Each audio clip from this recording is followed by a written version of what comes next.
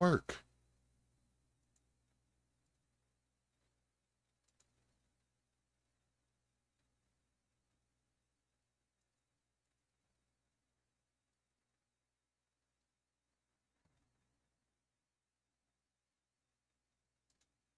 This is so irritating.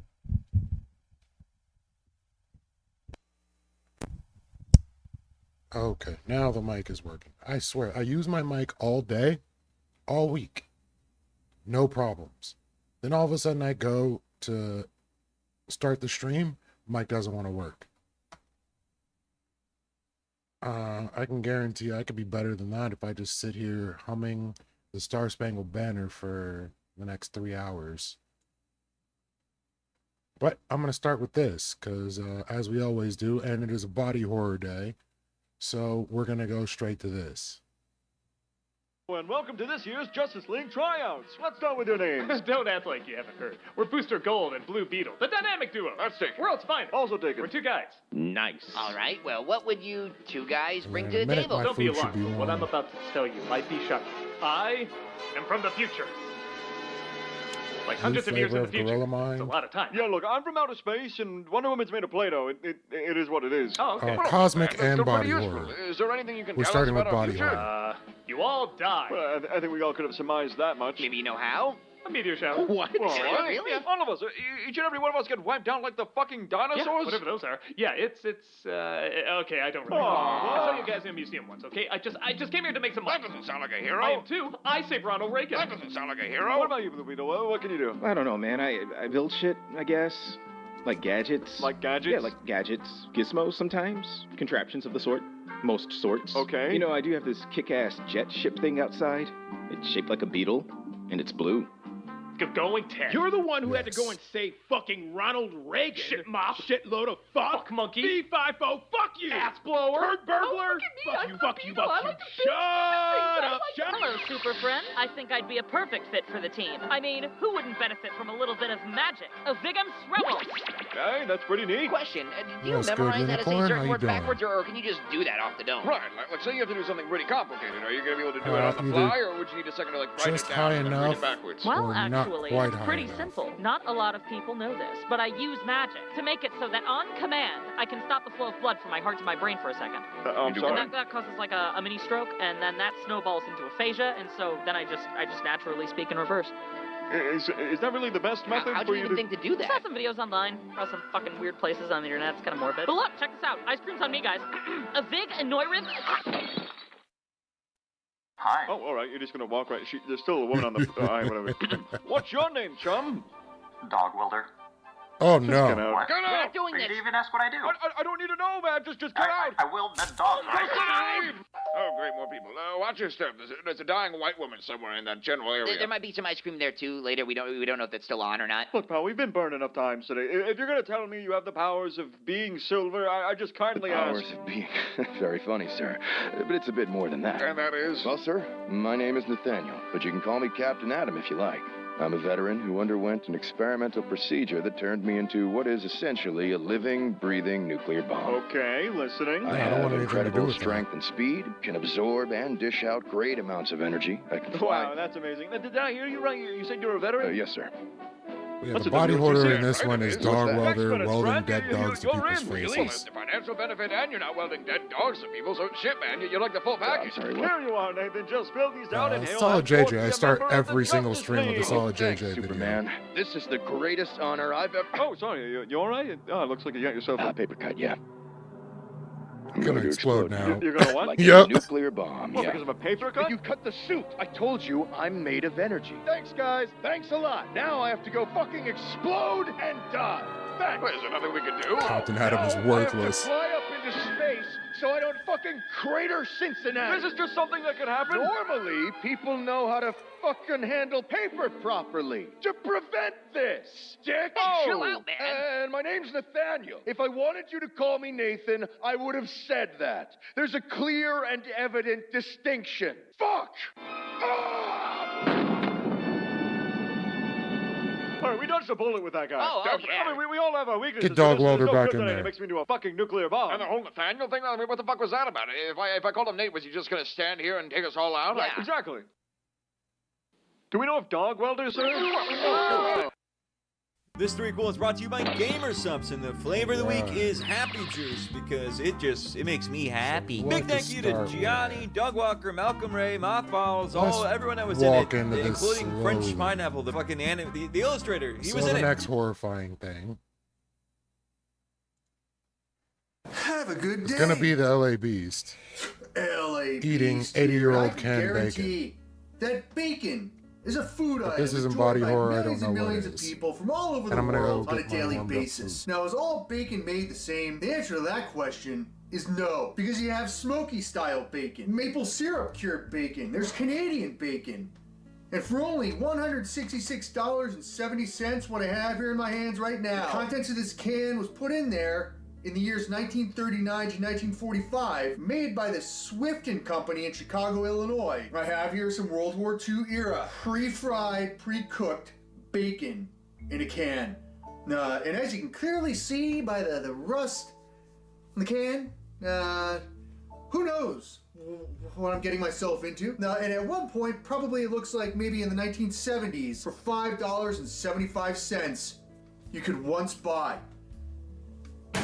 this can of bacon. You know what? $5.75 for a Today, can of bacon. we're gonna Chirac answer the strikes age-old again. question of it. You know what? If there's a zombie apocalypse tomorrow, could human beings survive No, Zephyr. Dog on 80-year-old welder. canned food? Specifically, He welds bacon. dogs I don't to know. people. But you know what? We're gonna find out together. I immediately went on YouTube and I searched Steve 1989 MRE's channel. He's pretty good at eating old school army rations, and he has not consumed 80-year-old bacon. But I did find a video. He once consumed 100-year-old beef. And after me watching him do that, I thought to myself, you know what? Eating 80-year-old bacon wouldn't be so bad. So things were looking promising until I saw this video, and we're gonna wrap it up here. This dude has wrecked himself so many times, I can't understand. On YouTube, he actually bought a can of bacon from the 1970s. Doug Walker and he might have been opened that dog up, welder. he I don't know what cooked to it tell up you. and stuff for a YouTube video. Turned into greasy mush. Horrible, foul smell. Do not eat. Demo only. I can definitely tell you, I'm in for a treat today. My hand is shaking a little bit. He's eating Did I canned once get bacon, violently wearing a ill shirt of Kevin after Bacon. consuming meat from the Asian market that I Probably didn't cook? referencing Kevin Absolutely. Bacon. So what I've done here today to ensure that this I pre-fried, sincerely hope completely cooked bacon has no botulism in this can, I went out and I purchased this George Foreman grill. Pre-fried, They still sell pre-cooked, those? cooked on this George Foreman grill equals triple action cooking safety. There's instructions on the top of the can. Just remove the bacon from the parchment paper, and then for 5 minutes in an oven or a grill, cook the bacon until crispy, and voila. You know, that seems a lot easier than how it's gonna turn out for me today.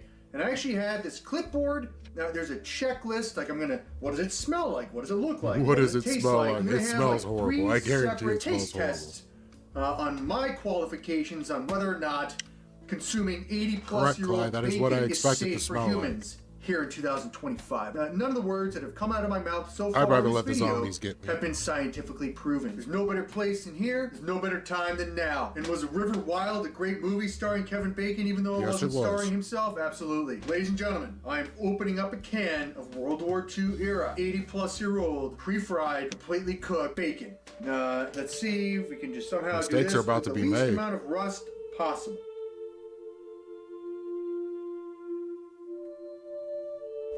That's what it looks like. Oh, It smells like a beef jerky stick, and I didn't even put my nose into this thing. Let's just get an initial whiff up close. What I'm seeing, it kind of looks like it's salted. I feel like they sprinkled salt on there. And you know what? That's what the lid looks like. We'll get an up close shot of that. I just want to document everything. Let's go down the checklist. What is the at initial least the smell? can wasn't ladies and breached. gentlemen? Looks like it's been beat up a Straight bit. up. Like I thought it was gonna smell like an old suit jacket doused in skunk juice. It smells like a piece of ham. The deli at the grocery store, buy a thing of ham. I'm sniffing 80-year-old ham right now. All right, so you know what? I'll go on the checklist He's here. about to consume something that's Initial older smell, than he ham. is. All right.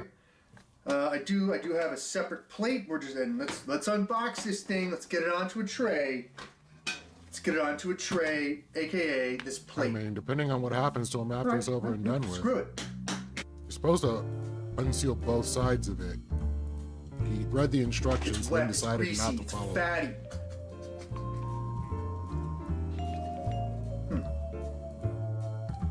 Interesting. Like it just smells like salted ham. That's the inside of the can, as you This can is see terrifying. right there. And you can definitely see that it is in fact wet and greasy. So the second question I have here, is it greasy? Yes. Yes, It's greasy. greasy. I'm gonna have to throw away the pen. Actually All has right, a checklist for this. I'll just show everybody up close. This is interesting. Still intact, World War II, pre-fried, completely cooked bacon in a can. It is wet. It looks like it was like preserved in like salt, large granulars of salt. All right, so we Like, got it is it up literally close. almost You know what, twice let's his just open age. this thing up. Very salty. I was about to say, it looked like there's wrapping on the outside. You hear that noise right there? That's a sound of pure fatness. Oh my gosh. I just got 80-year-old bacon grease on my favorite blanket. Oh my god. Oh my gosh. Okay. Oh my god. Okay, we'll just gonna throw that there. I'm wondering if this would have looked just as bad Everything is gonna get sped up. within a There's year gonna be after it was no canned in the first tomfoolery. place. Just keep sniffing it.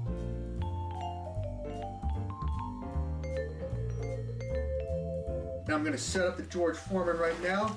It just looks like super fatty bacon. Speed this part up. Get a nice little montage.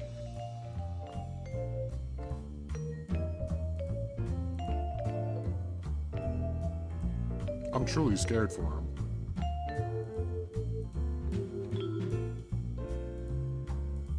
His doctor must hate him.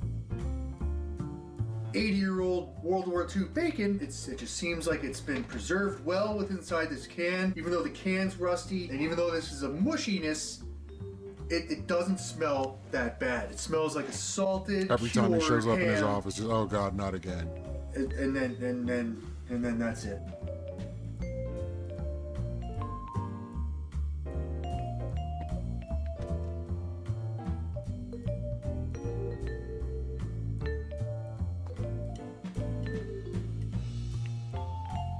So it's been about 3 or 4 minutes. The George Foreman grill is definitely heated and ready to go.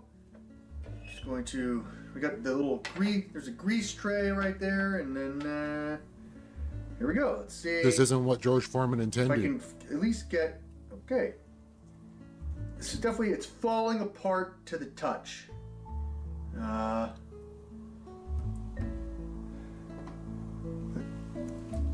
Like, he's literally doing this in his room. 80-year-old bacon. We'll just put it.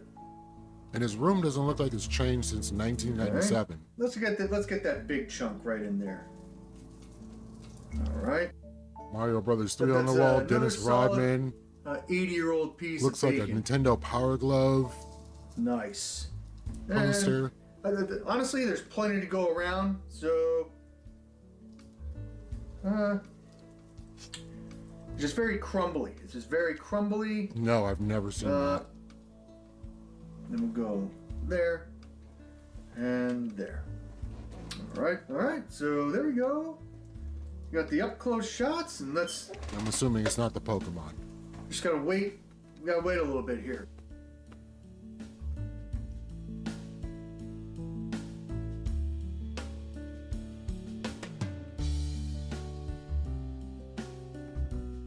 Had to open a window.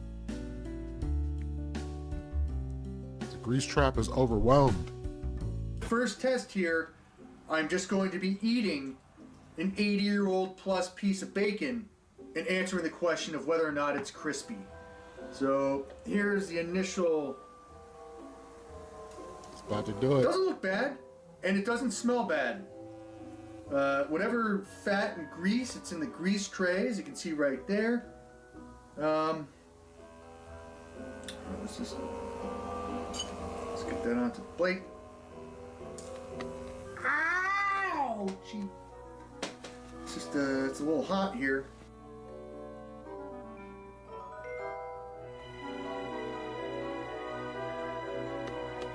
Ladies and gentlemen, I am the LA Beast.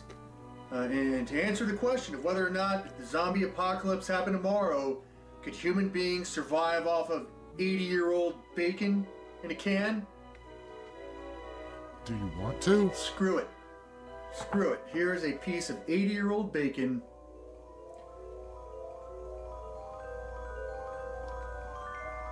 Amen. Will we have George Foreman grills to make it possible?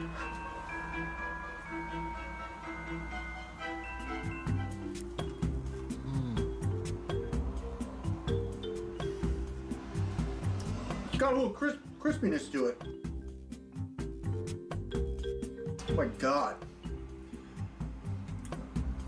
Okay. Oh my God. I'm gonna just let it simmer in my mouth there. You said simmer. Just the very first initial thought, as I just had a piece of 80-year-old bacon, there was crispiness. Now, as I was chewing it, I did, as if I was eating a fresh piece of bacon, I got slight crispiness. And then the more that I chewed, the flavor of the bacon, I started to taste. But the flavor of the bacon, it's very salty. 80-year-old bacon is very, very, very salty, not bad. Like when I consumed 1992 Butterfinger chocolate bars, 20, 30-year-old peanuts and chocolate, that stuff goes rancid.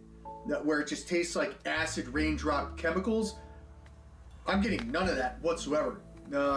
It looks gross, it's mushy. Was it still crispy? Yes, it was. Yes, it was. It was very salty. And now in the back of my throat, I'm getting a slight chemical, hint of chemicals in my throat there. All right, so we've had time to let this cool off. Like this piece, it's like crispier.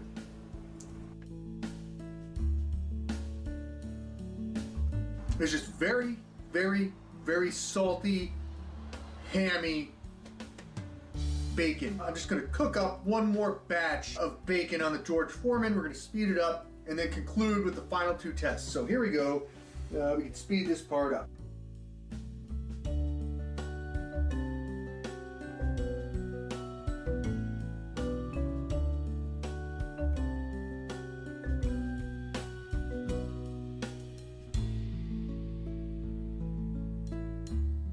You know what? As I'm smelling it, it does smell like bacon, but there's like an initial hint of burnt popcorn as well. I just wanted to put that in there for the record.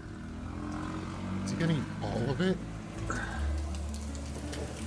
I would think especially eating all of it is not healthy.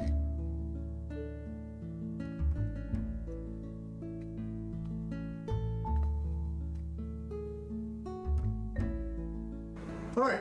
Without further ado, I'm going to take this monstrosity pile, World War II, 80-year-old bacon. I'm going to put it off to the side here so it can create just a little extra room for me to make this BLT. I got 2 pieces of bread. I have a container. You're not even going to toast the bread? I'm making a BLT with 80-year-old bacon. Here we go. This is truly horrifying. Slice right there. All right. BLT. What the hell am I doing? I don't know.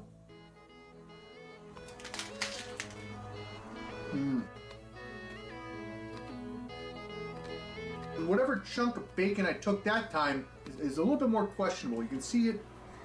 There it is. 80-year-old bacon.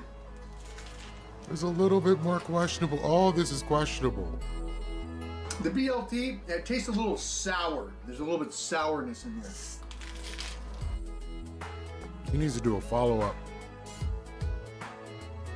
When it comes to all the expired things that I've ever consumed in my lifetime, I tried out just a single strip of 80-year-old bacon. I took 80-year-old bacon and I put it and made a BLT. I feel fine so far. There's no adverse effects to where I'm like, I'm eating expired, crazy 80-year-old stuff. I'm not experiencing any of that right now. And then the final test that I wanted to conclude with here is fully cooked, refried bacon. Now you can actually eat this anywhere on the go. No, you can't. So what I'm gonna do, and then you know what, if I don't finish this video off shortly, this entire upstairs is filled with 80-year-old bacon smoke. That's 80-year-old pre-cooked bacon. And you got some And regular this is bacon. brand new 2025 pre-cooked bacon. And we're going to try this one It's first. all bad.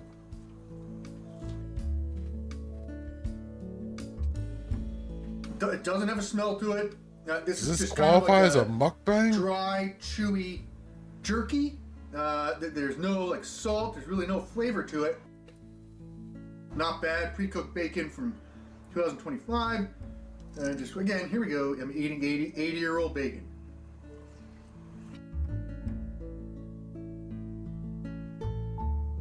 Man, no better. Slight chemicals.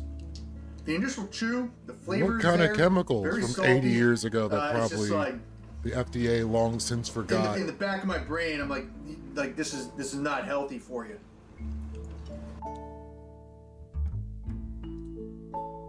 Yeah, and honestly, I was a lot more nervous heading into this. Microwave bacon tends to than be as pretty I'm about to crispy, take but this. it's just not good. I'm about to take this final bite of 80-year-old bacon.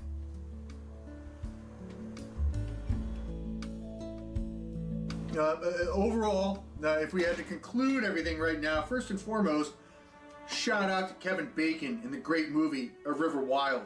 He delivers a phenomenal performance. It didn't smell rancid. It just smelled like a fresh ham. The taste But it itself tastes is sour, very salty. like, I would have halfway to through. conclude, overall, if there was a zombie apocalypse tomorrow, could human beings survive off of eating 80-year-old canned bacon? Pre-fried is a word. 78% yes. I was nervous, and I think as I've we're never gonna end this, seen the word pre-fried gonna eat before, the but here rest we of are. this poop plate full of bacon? No, I'm not. I think that went a whole lot better than I thought it would. That's a bit of So, wisdom coming from the LA Beast, finally. That's it. I appreciate Usually everybody he for would tuning eat in. all of it. I think it's amazing that I just ate 80-year-old bacon and it tasted pretty good to me. I'll do an update maybe right before I go to bed just to see how I feel a little bit later on. But until then, Probably. if I don't What's see good, it, I right? appreciate everybody. LA Beast, 80-year-old I mean, bacon. I've seen this dude tastes eat cactus pretty damn good. before, swallow entire Every day. gallons of hot sauce. I gotta get the fan on immediately. There's All right, something right now it's gotta about be terribly 8:45 wrong. p.m. And about 15 minutes ago in the bathroom, I had some minor mishu pishu from my butthole. But besides that, overall, I feel okay after consuming from this rusty can 80-year-old plus bacon from the World War II era. Yeah, I no, feel you fine. didn't cook it, And you know just what? ate This the entire cactus. upstairs grill was smoking pretty bad. It smells like 1945 bacon up here. But it smells good. Again, it doesn't smell His neighbors bad. I must think, hate him. Everything in the canister was like very greasy, but I guess it was like doused in salt, and I guess maybe the salt preserved the bacon from this can. And then I also noticed, I just wanted to point this out, the letter A and then 1, and then it's 7156. Now, if anybody could quite possibly tell me what those numbers mean, or maybe you can like tell me the specific date of when this was packaged, but Part of that is A1 stripped. 7156, and again the can was made Yeah, no, by I've seen this Swift- dude do horrific things to his Swift body. and Company. I'll put it. That's close why he up. had to Hey, you know make what the it crazy into thing the is, body horror my list dad, today. he's turning 79. So my dad is just as old as that can of bacon. You know what? He's turning 79 years young. Heck yeah. Good day. All right. Bob. He's a father of 2 and a loving husband who's trying to improve his life. He likes black tea and his favorite fragrance is Bulgarian. What do you think is the worst thing that can happen to Bob? What is the most painful torture someone can be put through? For starters, let's take his arms and legs, shorten them, and stitch them back on, but in each other's place. Then, let's surgically move his jaw further forward and change the shape of his ears. Lastly, we will implant hair all over his body and put him in his new home, and we're done. Bob can still think. He can remember who he used to be. Yeah, But is Bob's he fine. still human, living like this? Cruel, wasn't it? This is loss of humanity, the most disturbing form of horror.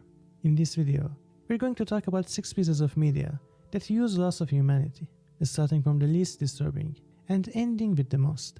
What makes loss of humanity so effective is that it's one step even worse Hey, than it's what in we the see title. as the worst thing that can happen to a person, which is death. I've been slowly This but subgenre surely of horror easing us is into this. extremely rare, because to make one, you really have to be sick in the head. It is not something a sane individual can come up with. So when a normal person sees it, it disturbs their psyche to no end. So I need to warn you now that the things we are going to talk about in this video are really dark. There are also spoilers, so be warned. Here are my criteria for what counts as loss of humanity in horror. It has to be forced on the character. It should result in physical alterations, basically body horror. The subject should not be able to easily go back to who they were. Lastly, And I think the one of subject should the not be first things I heard about with body horror was Kafka's The Metamorphosis, where this dude woke up and just like wasn't human anymore. And just the concept of that is pretty crazy in my head, but we've come a long way in the genre at this point. be able to end their own suffering. Before we begin, let me give you some honorable mentions that didn't make the list for one reason or another. Metamorphosis Or should by we just Franz like Kafka. listen to I Have Season No Mouth 4 But I episode Must 1 of Black Mirror. Scream? Full Metal Alchemist. Yep, The Full Human Metal Centipede. Alchemist did it. Now, let's not waste any more time and get right into it. Starting with the least disturbing, which is the 2014 movie Tusk. I've is been a meaning to dark watch comedy this with some movie, I horror never got aspects. around to it. The combination of comedy and horror is not anything new, but what differentiates Tusk from the others is that it takes an extremely disturbing and unexpected turn when it comes to its horror. A podcaster goes to an old man's house to interview him about his crazy life. For his podcast called The Nazi, that's not important. While in the old man's house, he gets drugged and amputated. That was only the beginning of I his mean, as soon as I transformation. saw the dude Then his body is having his modified arms to and better legs fit shortened, I the role of a immediately was on. walrus. A human This seems walrus. like some There is a Human very fine Centipede. line between comedy and horror, and this movie walks on that line masterfully. The idea of a man being turned into a walrus is funny. It's comedy. But when you think about how something like that could be done, What is you fun start to about that? realize how horrifying it actually is. It's bringing cartoon physics into the real world. Imagine how terrifying Tom and Jerry would be in real life. That's what Tusk is. Just imagine having all of your rights taken away from you like that. What keeps this movie from reaching its full horror potential is that it doesn't take itself too seriously. But that's the also first what I movie like. I saw that did It's something a like that stupid was this movie, movie and it called knows it. Freaked. It doesn't take anything away from how I think it was disturbing it back is. in the 80s. But still, when it comes to loss of humanity, this is only the Maybe beginning. the 90s. Made in Abyss. Look at There's all nothing these nice cute here. characters. Look how beautiful the art is. You know what else has cute characters? Happy reference. This is the Abyss, and it holds many mysteries. For example, how deep is it? Why can't some of the creatures that live there only be found there? Where did the weird objects and technologies found in the Abyss come from? There are some reasons why these mysteries have not been solved yet. The dangerous environment of the Abyss, and the creatures that want to kill you. But the main reason why it's still so unknown is the curse of the Abyss. Yeah. You can go down, It's like the but fourth if you layer do, curse. you can no longer come back up. At Turns least you not if into you a go weird past the furry, 6th layer. or If something you try that to wants to ascend die from but the can't. first layer to the surface, the symptoms will be light dizziness and nausea. From the second layer to the first, heavy nausea, headache, and numbness of limbs.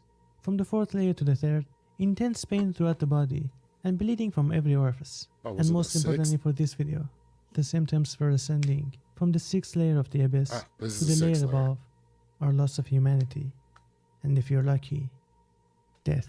I mean, you need to check on whoever wrote This this. manga This starts is off also very pretty cute. bad. The characters are funny and full of childish joy. It's You all start reading children. it, and very quickly, you find a connection with the characters, especially the main character Rico.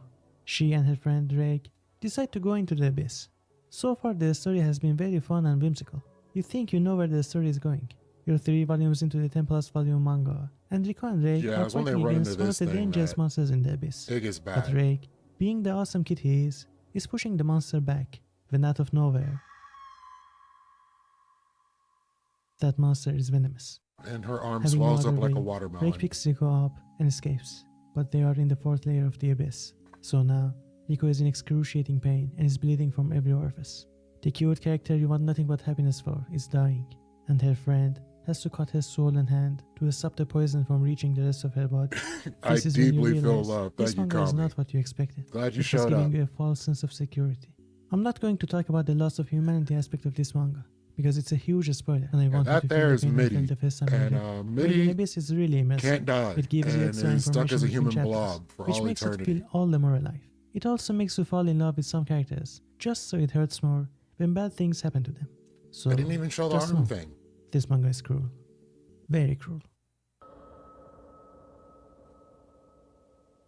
Depending on who you ask, this one might be a lot more disturbing than any other example of loss of humanity we talk about in this video, despite being only 8 minutes long. I don't think I want to The know, reason for Clyde. that is simple.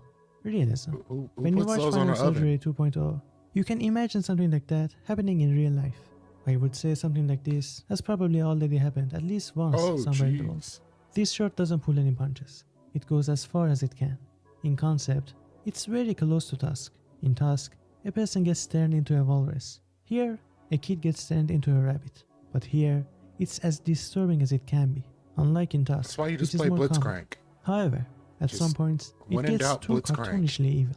Since it's only 8 minutes long, available on YouTube, and too graphic for me to describe here, I'm just going to refer you to watch the actual thing if you're Ain't no way I'm interested. playing Echo. After you finish As dope this as video, he of seems, course. he is a It is too headache. edgy and kind of artsy, but it's also an excellent example of this subgenre of horror. Both The Slug Girl and The Snail, which is a chapter of Hey, we get Uzumaki, some Junji are the works Ito. of the master of horror, Junji Ito. Yeah, I couldn't go more than 2 videos without talking Warwick about seems it. Also, dope. both of them are about people turning into snails. I think Ito has a very specific phobia of And snails. whoever that Considering tentacle there chick are the is, instances of a she snail and has slug some horror in pretty his solid works. looking. Both of them are similar in gameplay. concept, but since I find the snail to be more horrific, let's only focus on that. Yeah, It's raining, Yasuo seems like he takes which some means skill. Kadema will come to school today. It's weird because even though he only comes to school on I rainy picked the right days, video for he this. never uses an umbrella. It covers a He's lot. also always late. Other kids bully him for being so slow. Even though it's been weird, it only became concerning when it was revealed that there is a spiral shape growing on his back. I'm sure you know where this is going. I never put that together, Clyde. It's even worse. The spiral has become bigger. His shirt cannot hold it anymore. Is anybody gonna tell him? Yeah, this Koteyama person's opens the voice door and isn't still great, doesn't. but I mean, Today it's he was usually unable gonna to wear his be usual clothes. His people from legs other have started countries to that put fuse these together, things together. and his front has become flatter to better suit his new way of moving. It's raining, but Koteyama is not in Well, I will class. get into other He's right stuff after outside this of it. one. This one His body is around we're over 90% done halfway with its through it. metamorphosis. The arms and legs are gone, and his face now resembles a snail.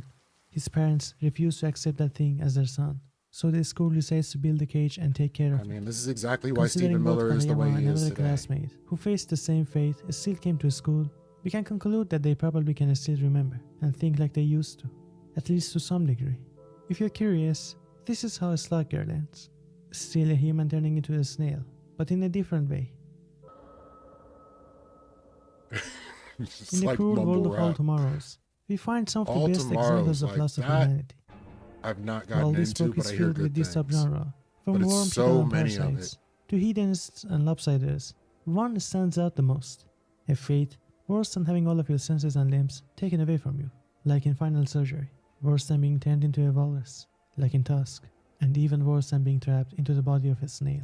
There's a high chance you already know about this book, but just in case you don't, let me And give you a this simplified person, knowing he explanation. doesn't A enunciate, really smart decided, group of aliens I'm going to called the make Q videos. decided to attack humans.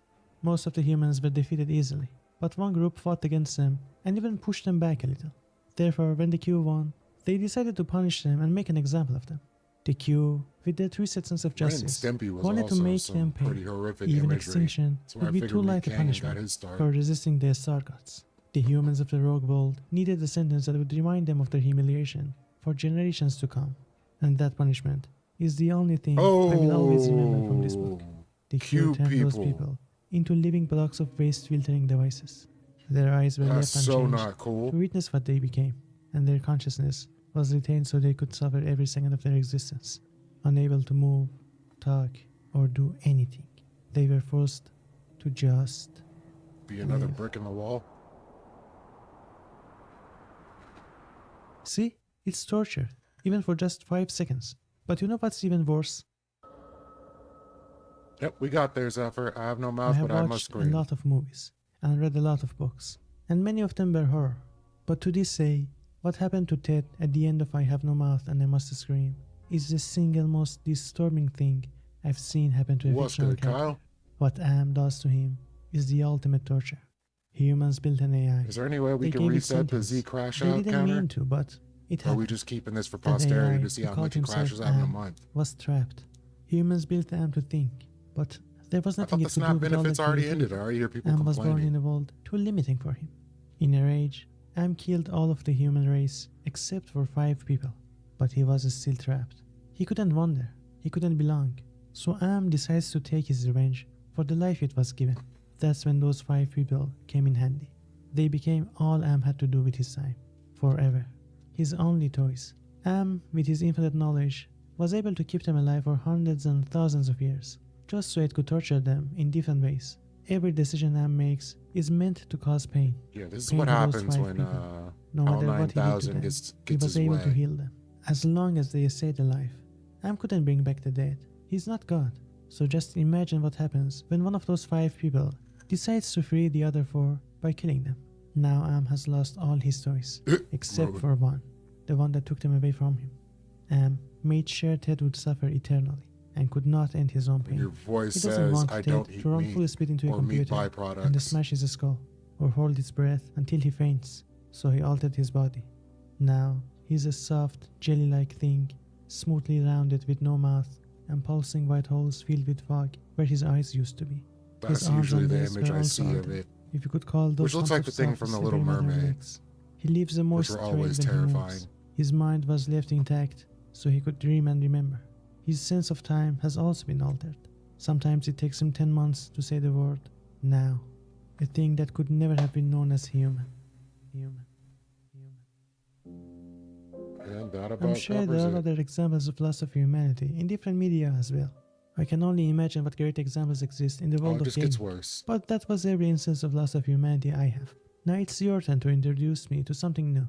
I love this subgenre, and it would be great to see what more have of we it. got? Anyway, that's it for now.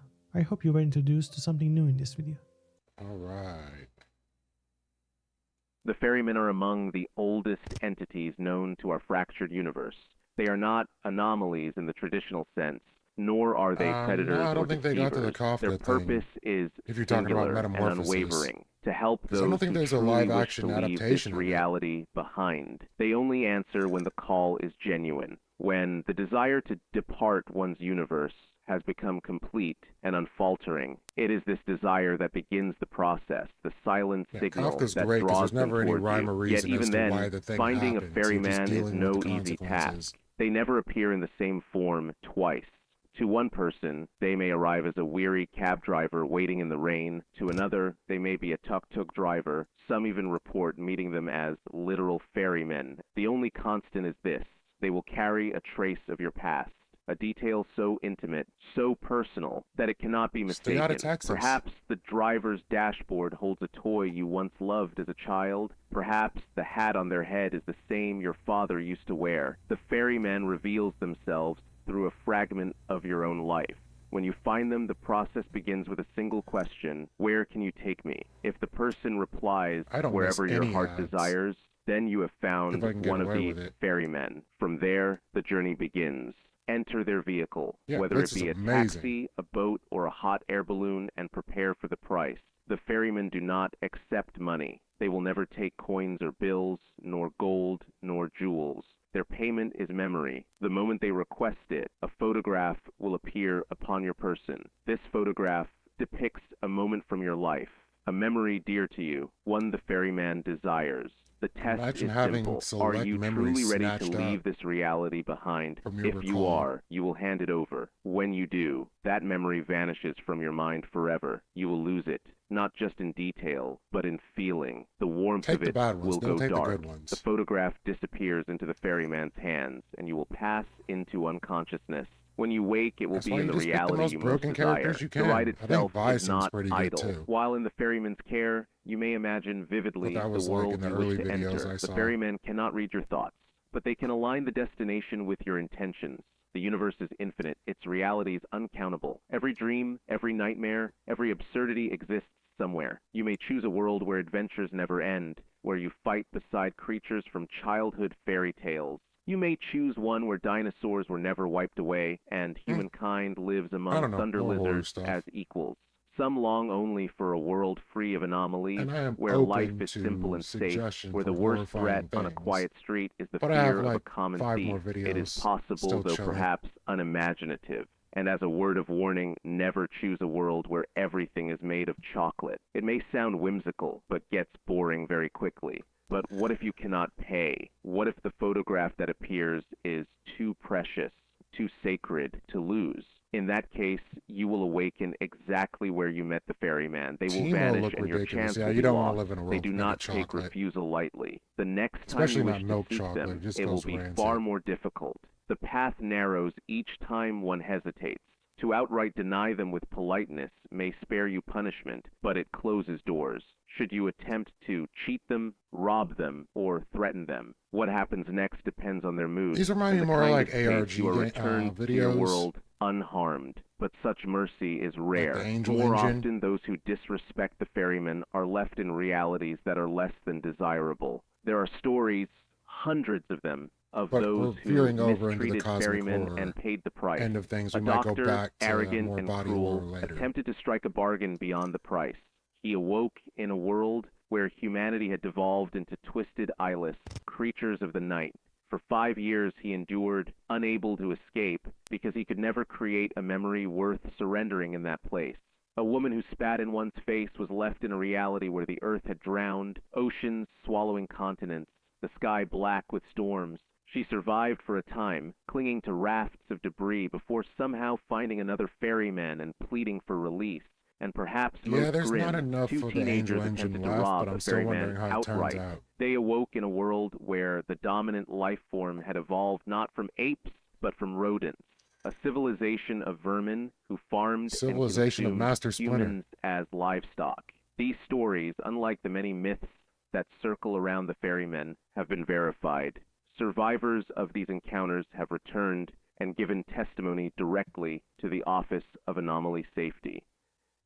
In 2001, we were permitted something this is just extremely straight up rare, an isekai, interview but with one of their American version, kind. which is like The not ferrymen nearly as much spoke fun. reluctantly of their beginnings.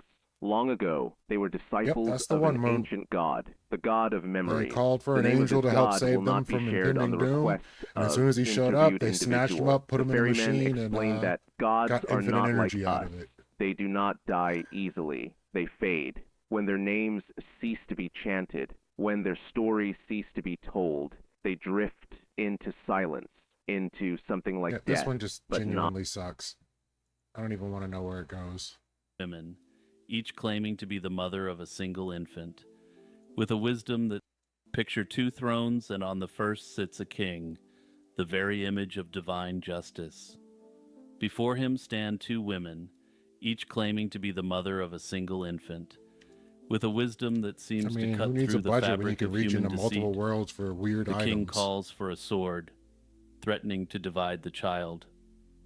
His gambit works, revealing the true mother's heart and cementing his reputation as the wisest ruler who ever lived. This is King Solomon of the Bible, a figure revered in all the Abrahamic faiths And this is where for we his get the unparalleled phrase, holiness well, and we can wisdom. split the baby on this one. Now picture a second throne, this one shrouded in the occult and inscribed with Human arcane face symbols. lions? Why? The king who sits here is no less powerful, but his authority extends beyond the mortal realm. He stands within a protective circle, holding a glowing ring that bears an otherworldly seal. Lesser Key of Solomon. With Good words stuff. of power, he commands the groveling King princes Solomon. of hell, binding legions of demons to his will and forcing them to erect a temple of impossible grandeur. This too is King Solomon, the archetypal sorcerer and grand master of Western occultism. How did the celebrated king, whose wisdom was a mark of divine favor, transform into the legendary Magus, who could traffic with demons and command spirits? The legend of Solomon the magician didn't spring from nothing. The canonical biblical texts, while containing no explicit magic, planted the seeds from which a supernatural reputation could grow. These accounts provided the raw Pescatarian is material, not a religion. a Veganism narrative is a framework religion. of divine gifts, immense knowledge, and moral ambiguity that later traditions would reinterpret. The story begins with a divine encounter. In a dream, God offers the newly crowned Solomon anything he desires. Instead of asking for the usual things like wealth, long life, or the defeat of his enemies, the young king asks for a mind to understand and govern his people. This selfless request pleases God so immensely that he not only grants Solomon wisdom unparalleled by any king before or after, but also bestowed him the riches he didn't request. This establishes a critical precedent. Solomon's extraordinary abilities are supernatural in origin, not nearly as good as a monkey direct paw. endowment from the divine. The Bible then specifies the nature of this wisdom. It wasn't merely judicial or political, but rather in breadth of knowledge of everything from the natural world. He is known to have had immense knowledge of flora and fauna, the latter of which would later develop into the legend that he could directly converse with animals. Solomon's greatest worldly achievement, the construction of the first temple in Jerusalem, also provided fertile ground for folklore. The biblical account details a project of immense scale, requiring vast resources of timber, gold, and stone, and taking 7 years to complete. The sheer magnificence and logistical complexity of the temple fed into a persistent belief that such a feat couldn't have been accomplished by mortal labor alone. Combined with Mummies in Peru, we back on this. This is new. Oh, back in February.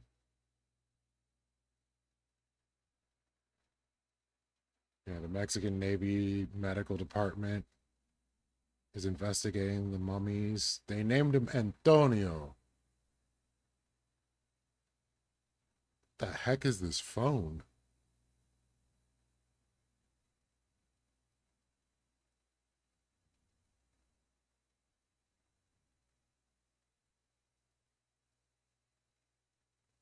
Yep, this is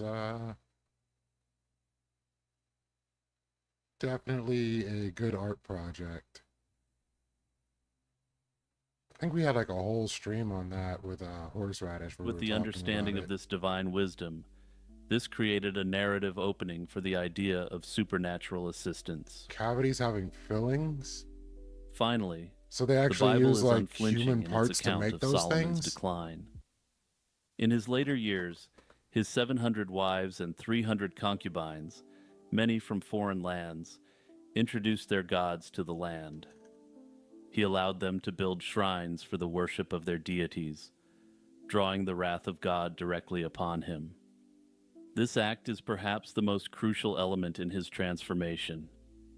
In the eyes of the believer, it creates a moral ambiguity. Well, obviously they don't. A problem with an otherwise righteous king. Never heard alien toothpaste. This spiritual failing provides the perfect narrative justification for his later association with forbidden knowledge. See, when you just called aliens ghetto, I'm just picturing in the UFO, it suggests a man smoke who, detectors always despite beeping. his divine gifts, strayed into darker, esoteric realms. Notably, the biblical account, while rich in describing Solomon's wisdom and accomplishments, right now. is conspicuously silent on the precise mechanics of his power, which will be important. If the Bible planted the seeds of Solomon's magical reputation, a curious text from late antiquity made them bloom.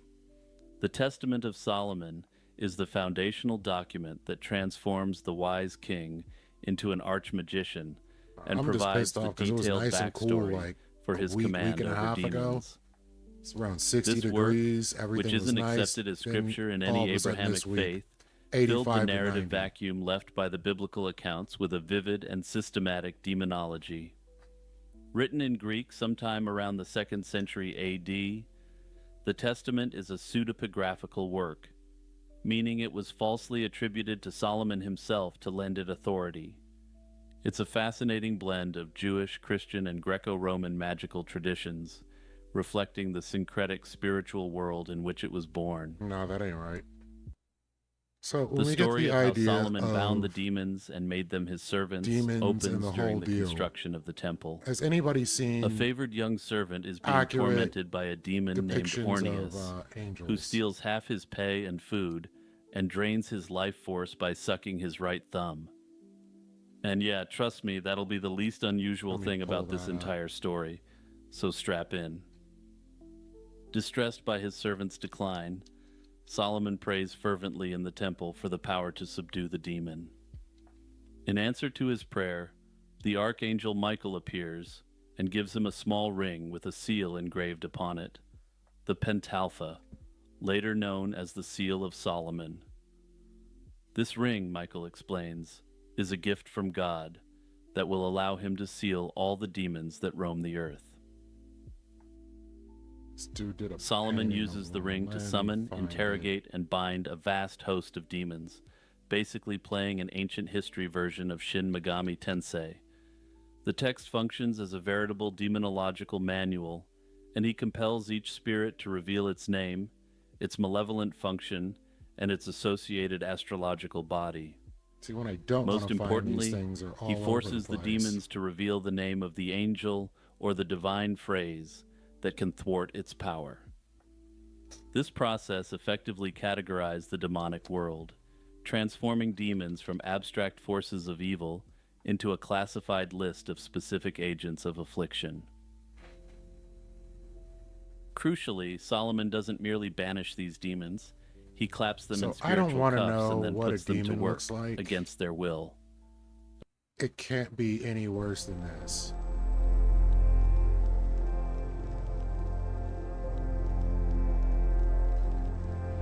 Head of a bull, head of a lion, head of a man.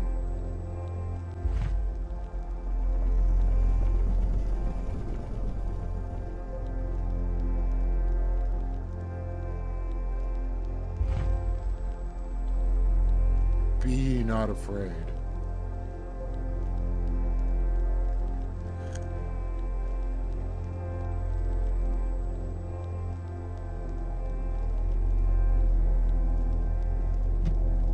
So the Bible is a pretty good source of cosmic horror.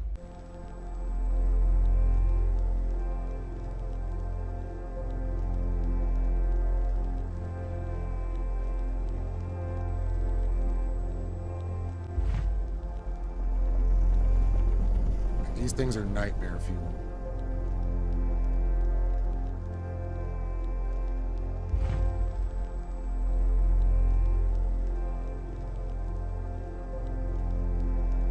Pretty sure they got something similar. According to this tale, he then used them in building the very temple whose construction had puzzled later generations. Each demon was assigned a specific task, which Solomon believed the creature to be uniquely suited for, Nice supper. based upon its malevolent purpose. The demon Orneus, for instance, is forced to cut stones, while the powerful Asmodeus is made to tread clay for the bricks. Other demons are Yeah, tasked anything with they everything actually, from being like, job give a site description gophers of just to sounds overseeing parts terrifying. of the project in their own right. And yeah, That dog if you episode think was your boss extra is sad. bad, just try to work for a demon who But it's isn't even doing worse the when you job mix it with Full willingly. Metal Alchemist. This masterstroke of storytelling directly connects Solomon's magical power to his greatest biblical achievement, providing a supernatural explanation for its legendary grandeur. The Testament concludes by echoing the biblical account of Solomon's fall, but with a magical twist. Seduced by a foreign woman, he agrees to sacrifice to her gods. Solomon, ultimately being a faithful person, thought there would be no harm in a minor nominal sacrifice. What's the harm in a However, little with this sacrifice? act, all the gifts that God had given him departed, and he was left powerless to both humans and demons. Z reset. The Testament of Solomon So that's provided the the command. narrative, but it was during the Middle Ages that this story was transformed into a system of practice. A new genre of texts emerged, the grimoire, or magical handbook, And now we're going to falsely get to the attributed goofy to King stuff. Solomon to grant them an aura of ancient and holy authority. These books were not stories, but practical manuals for aspiring magicians. They promised to teach the very arts that the legendary king had mastered before he squandered it all. There was also another more pressing reason why these grimoires were tied to Solomon. If they weren't tied to someone of undoubted holiness, they could much more easily be construed as books composed of ancient and evil magic, in essence, regular illegal witchcraft. The most famous of these are the Key of Solomon and its later, more notorious offshoot, the Lesser Key of Solomon. Likely written in the 14th century in Italy and compiled from earlier medieval occult traditions, these works moved beyond folklore into codified so I think ritual. This was a lot of like where we first started getting our cosmic horror instructions for ideas. everything the ceremonial magician needed. Because the this stuff included depicted rites here, of personal purification, fasting, and prayer, as well as blueprints for crafting magical tools like wands, swords, and robes. There were, of course, lists of incantations and conjurations to summon and compel spirits to do the operator's will. What's good, Tina? We're doing horror The goals stuff. of these spells were generally focused on gaining power, gaining knowledge or wisdom, finding treasure, or falling in love. Like, honestly, I don't think they're mysteries. It's just goofy The Gnosticism. first book of the Lesser Key, known as the Ars Goetia, became the definitive text on Solomonic demonology. The Ars Goetia. It presents a highly organized and bureaucratic vision of the infernal realms. The text catalogues 72 specific demons, whom Solomon supposedly sealed with his magical ring. Each demon is assigned a rank within a complex feudal-style hierarchy, reflective of medieval Europe. There are kings like Baal and Paimon, great princes of hell like Stolas, dukes like Barbados, amongst many others. And I know more than a few Genshin Impact players probably just had to pause the video right there for a second, because yeah, you heard that name correctly. For each of these 72 spirits, the Ars Goetia provides a unique sigil, or seal, a cryptic symbol that acts as the demon's spiritual signature We're getting straight into and the cosmic key horror to after its this. summoning. It also describes the demon's appearance and its specific powers, or the knowledge it can impart. For example, King Baal, the first spirit listed, can teach the art of invisibility, while President Marbas can cause and cure diseases and improve knowledge of machines. Yeah, I want to make myself invisible too if I look like that. The magician doesn't worship the demons. They beat them into submission spiritually, using divine and angelic powers, just like Solomon. Okay, and skip this for the rest because we're going straight to horror bam. movies just want to scare you by killing you. Cosmic horror movies want to convince you that you were never alive to begin with. And these different movies will make you question everything you thought you knew about being human. Because these are the scariest depictions of cosmic horror in some of the best horror movies out there. So you want to know what real cosmic got the horror root. looks like? Let's Now start on to the with cosmic that made horror. audiences so uncomfortable they literally chose a cute alien over it. John Carpenter's The Thing came out the same weekend as E.T. I would say The And guess Thing which one fits people into picked? body Apparently, horror as well. America in 1982 was not So ready for we're- a movie we're of an crossing the alien that Rubicon. doesn't want to phone home. It wants to wear your skin. Here's what makes The Thing so damn scary. It is not the monster. Sure, Rob Botton's practical effects are disgusting enough to make you never want to eat spaghetti again. What's but good, that's Nair? not the real horror. Glad you The made real it. horror is sitting in a room with your coworkers and knowing that any one of them could be a perfect copy of themselves, and you would never know until it was too late. The movie dumps a group of people in Antarctica with one simple rule: don't trust anyone, not your best friend, not your boss, not even yourself or the dog. Because this alien doesn't just kill you. It studies you, copies you, and then pretends to be you so well that even your mom would invite it over for Christmas dinner. What's brilliant about this movie's idea is how the paranoia builds. These people start out as And a we're still team, arguing but to by this the end, day they're about who the pointing thing was at flamethrowers the end of each the other movie. over who gets to make dinner. The alien Sorry if I barely spoiled has it to for do anyone. anything. It just sits back and watches humans destroy each other with suspicion. Reminds me of Among Us. In the ending, two guys sitting in the snow, both convinced the other one might be the monster. No resolution, no happy ending, just pure cosmic dread. The universe That doesn't scene right care there if was you brilliant. figure out who the real person is. You're probably going to freeze to death either way. Critics actually hated this movie when it first came out. Audiences walked out of theaters. but now it's considered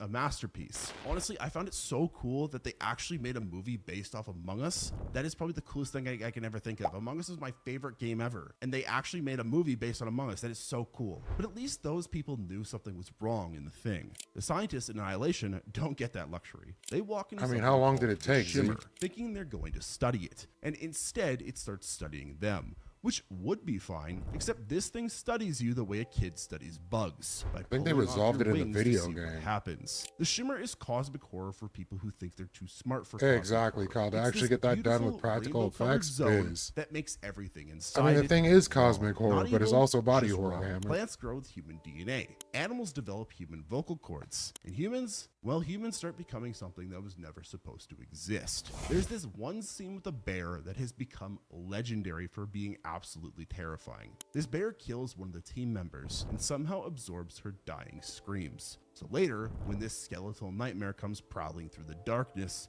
it opens its mouth and a human woman starts screaming for help from inside it. Just thinking about that makes you want to check behind your couch right now, doesn't it? But here's the thing about Annihilation that makes it proper cosmic horror. The alien force isn't trying to hurt anyone. It's just doing what it does, which happens to be turning everything it touches into beautiful, impossible monsters. The I mean, beauty not of even a cosmic little horror pedantry? is that it's often not malicious. We just don't understand its true intentions. One character figures this out and says, I don't think it wants anything. And honestly, that is way scarier. Have a good time than at if it work, wants to right? destroy us. At least Thanks destruction for pulling up. has a purpose. The movie ends with the main character making it out, but she's been changed. How much? Well, that's the question that'll keep you awake tonight. Because if something can copy you perfectly, how would you ever know if you're still you? And that sounds like a personal hell. But now, let's talk about literal hell. Event Horizon is I mean, what we don't happens know when what the someone thing asks, was. It could have what if been we made a haunted house movie. a but the house cosmic is a entity. It could have been an spaceship that went to alien. hell. Like, Now, it that literally sounds was like a thing really just bad brought idea for a fear movie that would to likely everyone in not the do very station. well. But then they made the movie, and it's an amazing movie. The ship Event Horizon disappears during Event a test Horizon flight is a of some solid new engine. Then cosmic it shows horror up problem. 7 years later near Neptune with no crew and a lot of blood on the walls. So naturally, they send Lawrence Fishburne and his rescue team to check it out, because that always ends well. The ship's creator, Dr. Weir, explains that his gravity drive works by folding space. Punch a hole through dimensions, travel instantly anywhere. Sounds great on paper. In practice, the ship punched through to a dimension And where that dude physics is in work two differently, and solid everything lost cosmic its horror energy movies. The forever. other one was In the rescue Mouth of team finds Madness. video logs of the original crew doing things to each other that were so disturbing, the movie had to cut most of it just I mean, to it avoid could an have been adult an Elder rating. God for Dr. all we Weir know. It starts could have the been movie as a around helpful forever. scientist and ends it as a demon with his eyes gouged out. There's telling actually everyone like where we're going. some We lore don't from need the eyes to see. thing Which is where not it's just something you always wanna hear from your existed. flight captain. What makes Event Horizon terrifying is how matter-of-fact it is about the whole hell dimension thing. The ship doesn't encounter aliens or monsters. It found a place where suffering is the only constant and brought some of that energy back home. The crew starts seeing their worst memories and Hey, look what I can do! come to life. They have personal hells tailored just for them. Thank you, The movie Zephyr. basically says Fair the enough. scariest I'll give you thing about that. space For travel you. isn't running out of oxygen or hitting an asteroid. It's the chance that you might accidentally discover that hell Event is Horizon real, not being and it's cosmic bigger than horror, our but just universe, horror in and it space. noticed that you're looking. But at least that crew knew they were in danger pretty quickly, unlike the people in The Empty Man. The Empty Man I would starts as a say standard yes and legend no, movie because and it slowly opens up reveals another itself dimension as that messes something with people's much heads. Weirder. James Badgedale And plays what an you do ex-cop once that looking thing for a messes with missing your head, teenager you who supposedly like it's summons the something called the Empty Man. You know, crossing go the to a bottle line on a into pure bridge, insanity. get his name, wait 3 days That is for him to a show up and key kill you. component of Standard the cosmic fantastic stuff. horror. How many of us tried Bloody Mary when we were kids? I did. I thought it would finally help me get a girlfriend. Because, like, maybe, I don't know, maybe she was, like, a girl. And anyway, yeah, okay. Except this movie runs for over 2 hours, which should have been your first clue that something strange was happening. Most But I urban mean, we legend always movies kind of wrap up figured in with 90 minutes, but this that one movie, takes they its just time opened up a because it gate has into bigger hell. plans for you, just like the That was universe. just what happens. The investigation leads to a cult called the Pontifex Institute, and this is where things get properly cosmic. These aren't your regular devil worshippers. They're into something called tulpas, which are ideas that become real if enough Tulpa's people a believe in weird them. thing. Think like Santa Claus or the Queen of England. But instead of bringing like presents, they bring existential dread and they murder teenagers. The cult has been working for decades to create the perfect vessel for their empty man entity. They need someone with the right psychological profile, the right memories, and the right motivations. Someone who would naturally stumble into the trap and do exactly what they want him to do. The twist is that James Badge Dale's character isn't investigating the cult. He is the cult's project. His memories, his past as a cop, even his investigation into the missing girl, all of it was planted by the cult to create the perfect host for the cosmic entity. The person you've been following for 2 hours might not even be a real person at all. Unfortunately, this movie flopped harder than a fish on dry land when it first came out, but it's become a cult favorite among people who enjoy having their reality questioned. By the end, you're not sure what was real, what was fake, or whether the difference matters anymore. Honestly, this is one of my favorite horror movies, and literally one of my entire purposes of having this channel is to give light to some of the best horror movies out there that nobody watches, because I have scoured. He's just going to skip in the mouth of madness, I'm sure. Do not do that. You don't want to know what's down there. Just to find some horror movies, and I want to tell everyone about them because they're amazing. Yeah, because Shumagorath is so weird. Most people wouldn't even be able to wrap their head around it. Now let's get like, back to where all this started. It would make for a very confusing movie Ridley at the end Scott's of it all. Alien is the movie that taught Hollywood how to make. Yeah, this is definitely not cosmic cosmic audiences. The This is screenwriter body Dan horror. O'Brien straight up called it the best Lovecraftian movie ever made without being a Lovecraft adaptation. Really? which How is do a you get pretty bold Lovecraft out of claim, this? But then you watch it and think, yeah, he's probably right. The setup sounds simple enough. Space truckers get a distress signal, land on a planet, and one guy gets a facehugger attached to his head. Then they bring him back to the ship. Standard rescue mission gone wrong type stuff. Then John Hurt's chest explodes during dinner, and suddenly everyone realizes they're not dealing with a regular monster movie. What makes this pure cosmic horror is how small and helpless the humans are. The xenomorph doesn't want to rule the world or send a message or to even prove a point. It just I wants mean, to I always feel survive like and make Galactus more of feels like itself. Godzilla. The crew might as well be dealing with a natural disaster that happens to have teeth. H.R. Geiger designed the alien to look wrong on purpose. It has no eyes. It has all biomechanical parts and a life cycle that involves using you as a Roanoke incubator, is a crazy whether you story wanna in help itself, out or so not. choose that it's name. not evil. Evil would be easier to understand. It's just completely indifferent to human life, which is way more Galactus feels like terrifying. Godzilla. The He movie pulls actually up, won he an wrecks your Oscar for its city. visual effects, and Eventually, rightfully 4 so. dweebs The make real him go genius is in away. what you don't see. Most of the alien Oh, screen and he time has a happens silver in jobber shadows that and quick pulls up glimpses. right before Your he brain shows fills up. in the details, and your brain is much better at scaring you than any special effects team is. By the end, Ripley is the only one left, and she's not a hero who saved the day. She's just a survivor who got lucky. The alien doesn't get defeated by Yeah, human whenever people say ingenuity you or can't teamwork. have It gets strong sucked into female space, which protagonists, is basically a death by technicality. Ripley What if the cosmic horror came from something is the thing beautiful? that should shut All right, down that everyone watching, conversation. buckle up. This is one of my favorite cosmic Same horror thing with Sarah movies, so Connor. you better listen. And it stars Nicolas Cage. So you've already got like the hottest actor out there. Oh, It's no. gonna be a good movie. Just hold up. Nicolas Cage stars in The Color Out of Space. I've which never is seen this exactly what movie. it sounds like. A movie about a color from space that ruins everything it touches. It's based Okay, on this an is H.P. straight up Lovecraft story. And this film cosmic finally horror, gives of course. us a faithful Finally, an adaptation that actual doesn't H.P. shake it out when Lovecraft things start to get weird. The Gardner adaptation. family lives on a quiet farm until a meteorite crashes in their backyard and starts leaking this magenta glow everywhere. At first, it seems kind of pretty. The plants grow bigger, the fruits taste sweeter, and everything looks more vibrant. But then the family dog starts eating the cat. Then mom and the youngest son get fused together into a screaming flesh pile. And Nicolas Cage loses his mind completely. The I movie need to is see this not movie. subtle about its horror. When things start going wrong, they go really, really wrong. We're talking body horror that makes you wish you hadn't eaten lunch before watching. The color doesn't just kill you. It turns you into something that shouldn't exist while you're still aware enough to know what's happening. Cage gives one of his most unhinged performances, mean, which is saying something. He starts should as be a normal dad unstoppable. trying to Definitely keep is not his family safe, unstoppable. and He ends up gets cackling like a like maniac rocked while by his reality multiple falls things. apart around him. The man screams at his own reflection and somehow makes it feel He actually completely got reasonable. murdered by Hey, look what I can do. Celestials. What's brilliant about this cosmic horror is I haven't how seen the threat movie. works.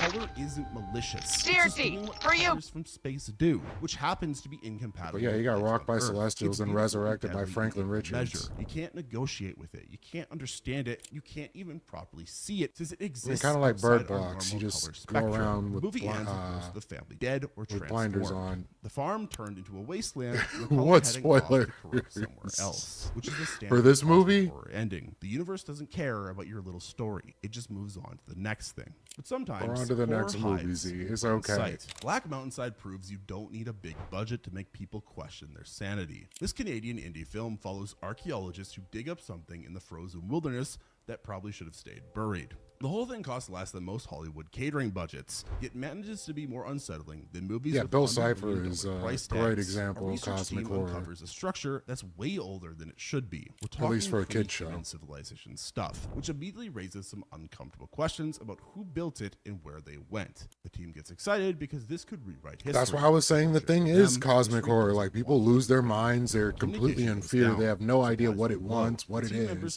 The thing has probably been around Then people forever. begin seeing an elk-headed figure in the woods who likes to have It's been long terrorizing conversations about the how Inuit humans are people pretty and much anybody else worthless. it comes This creature across. doesn't jump out and attack anyone. It just shows up to chat about the futility of existence, which is somehow even more disturbing. The film takes its time building dread. There are no sudden scares or loud music stings, just men slowly losing their minds in a place where nobody can help them. They start turning on each other, making increasingly bad decisions, and generally falling apart in the most realistic way possible. One guy cuts off his own arm for reasons that make sense to him at the time. Another walks into the forest and disappears. The remaining team members stop trusting each other and begin planning violence. All while that elk-headed thing watches from the tree line, probably taking notes. By the finale, you're not sure if the creature caused their breakdown or if isolation and It's the stress deer don't from Adventure work. Either Time. way, everyone ends up dead in the snow while something ancient and patient continues waiting in the woods. But then again, maybe living in reality was the problem all along.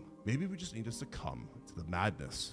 John Carpenter made In the Hey, Name of here we Madness go. is a love letter to H.P. Lovecraft. Like, if we're on Tinder or something, John Carpenter was literally sliding in H.P. Lovecraft's DMs. It was trying to, like, Lovecraft the shit out of him, if you catch what I mean. The film asks a simple question. What if a horror writer's stories were so I watched this good they movie in started high coming school and was true? like, Then it spends 90 minutes everything making in you this wish you never trilogy thought was about that amazing. possibility. Sam Neill, the dinosaur man, plays an insurance investigator hunting for missing author Sutter Kane. I can't tell, it seems like Sam Neill is kind of a fan of cosmic horror. He's in a lot of the big movies. Anyways, Sutter Kane's books are driving readers completely insane. It's almost as bad as smut is making people in 2025, though nothing can compare to that. Society is doomed.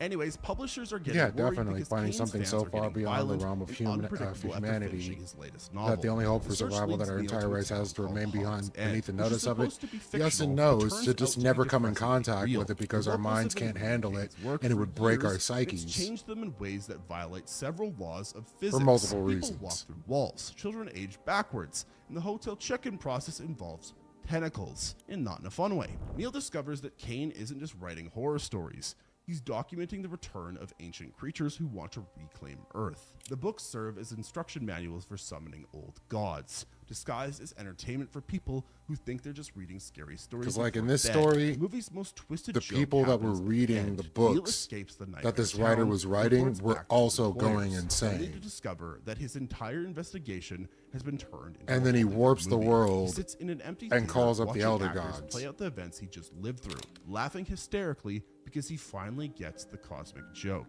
The film suggests that maybe you're not watching a YouTube video right now. Maybe you're just a character in someone else's story, and the author is getting ready to write something unpleasant for you. Yeah, sleep tight after that one. Anyways, other forms of cosmic horror just want to trap you with monsters. Stephen King's The Mist traps you with your family and your neighbors. Those are the real The monsters. Mist was after all. pretty good. Anyways, I you get wouldn't trapped call with it cosmic monsters. horror. Serious fog rolls into a small main town, and everyone takes shelter in the local supermarket. Although it Scenes does revolve have similar enough, effects, tentacles like start the grabbing hysteria people of from the loading people dock, and everyone realizes inside of they're the not just dealing supermarket. with bad weather. The creatures in the Did mist kinda are hit a probably fever pitch. weird. Giant spiders that lay eggs in people, pterodactyl things that sound like air raid sirens, tentacles the size of subway cars. But honestly, the real monsters are the people stuck inside the store with you. There it Marcia is. Gay Harden plays Mrs. Carmody, a religious zealot who decides this is obviously the apocalypse and God wants blood sacrifices. Specifically, she wants to sacrifice the people who don't agree with her theology. Let's play a game show of how well worked out last time in history. Let's go spin the wheel. Never. Which starts as a monster siege movie, turns into a study I of mean, how they fast changed normal it people from can become the ending of the unhinged book, which I when think they're they changed scared. it for the Mrs. better. Carmody gains followers by promising that killing the right person will make the monsters go away. People actually start believing her because the alternative is accepting that they're trapped with no way out. Thomas Jane plays the dad trying to keep his son safe while adults around him lose their minds. The military might also he was the help, or they might Punisher, be so the what do you ones who expect? caused this mess in the first place. Nobody knows anything for certain, which makes everyone more desperate and dangerous. Then we get to the ending, which Stephen King himself said was better than what he wrote. It Jane was. and a few survivors run out of gas. Oh, he's just in gonna the go middle ahead of and spoil nowhere. it. Okay. Giant creatures are walking around outside their car, each one bigger than a skyscraper. Jane has a gun with 4 bullets and 5 people in the car, including his young son. He makes a choice that will haunt you for weeks. Then literally minutes later, the military shows up with the all clear signals. The cosmic joke isn't just that the universe is indifferent, it's that it is a sick sense of humor. But what if you could see the monsters all along? From Beyond becomes from Stuart Gordon, who's going to be in this video a couple Never times. heard of this But one. anyways, for this movie, he's working with another Lovecraft story about a machine called the Resonator that lets people see into other dimensions. Spoiler alert, the I mean, he dimensions knew are how full of many things bullets that he will had. eat your brain. Jeffrey He made the Combs choice plays to Crawford, a scientist whose boss get taken out. Notorious built Hey, this it's the machine dude from the to Reanimator. stimulate the pineal gland. You know, that little part of your brain that some people think is your third eye. Turns out when you stimulate it enough, you can see creatures that are always around you but normally invisible. The good Already news better is you than can they finally live. see them. Bad news is now they can see you too. Dr. Pretorius gets his head bitten off in the opening scene, but death doesn't stop him from being the worst boss ever. He keeps coming back throughout the movie, each time more mutated and gross than before. First he's just missing a head, then he's a blob of flesh with multiple faces. By the end he's turned into something that looks like a nightmare designed by a jeez. committee of kindergartners. The Resonator doesn't just let you see monsters, it starts changing you too. Crawford's pineal gland grows into this worm thing that pops out of his forehead whenever the machine turns on. Barbara Crampton plays the psychiatrist who gets obsessed with the machine's effects, starts using it recreationally, which is probably not what her medical license covers if you're asking me. What makes this cosmic horror work is how the machine reveals that reality has been lying to you your whole life. All these creatures have been floating around your living room, your bedroom, and your kitchen. You just couldn't see them before. The Resonator doesn't create monsters. It shows you that you've been surrounded by them all along. So it's The movie basically ends like with a most of the cast cosmic dead or black light. transformed and the Resonator destroyed. But you're left wondering how many other invisible things are out there waiting for someone to build another machine. But now let's talk about one of the more modern cosmic horror hits, and one of my favorite movies, The Void. The Void is what happens when Never horror heard of this fans one. get tired of CGI monsters, decide to make their own movie with actual latex and fake blood. This Canadian indie film brings back practical effects in a big way. creating Hey, creatures Canada so making it happen. disgusting, you'll wonder why anyone thought computer graphics were an improvement. Deputy Daniel Carter finds a blood-soaked guy on the side of the road and takes him to the nearest hospital. Bad choice. The hospital is nearly empty, the phones don't work, and mysterious robed figures have surrounded the building. Also, the staff keeps transforming into tentacle monsters, and not the fun kind, which they probably should have mentioned before they got to the hospital. What starts as a simple siege movie quickly becomes something much weirder. There's a doctor in the basement trying to open a portal to another dimension because he thinks death is just a design flaw that needs fixing. The results of his experiments are shambling around the hospital, and they all look like someone I think fed a I've bunch seen of an medical textbooks anime into a about blender. that. I can't the recall what creatures it in this was. movie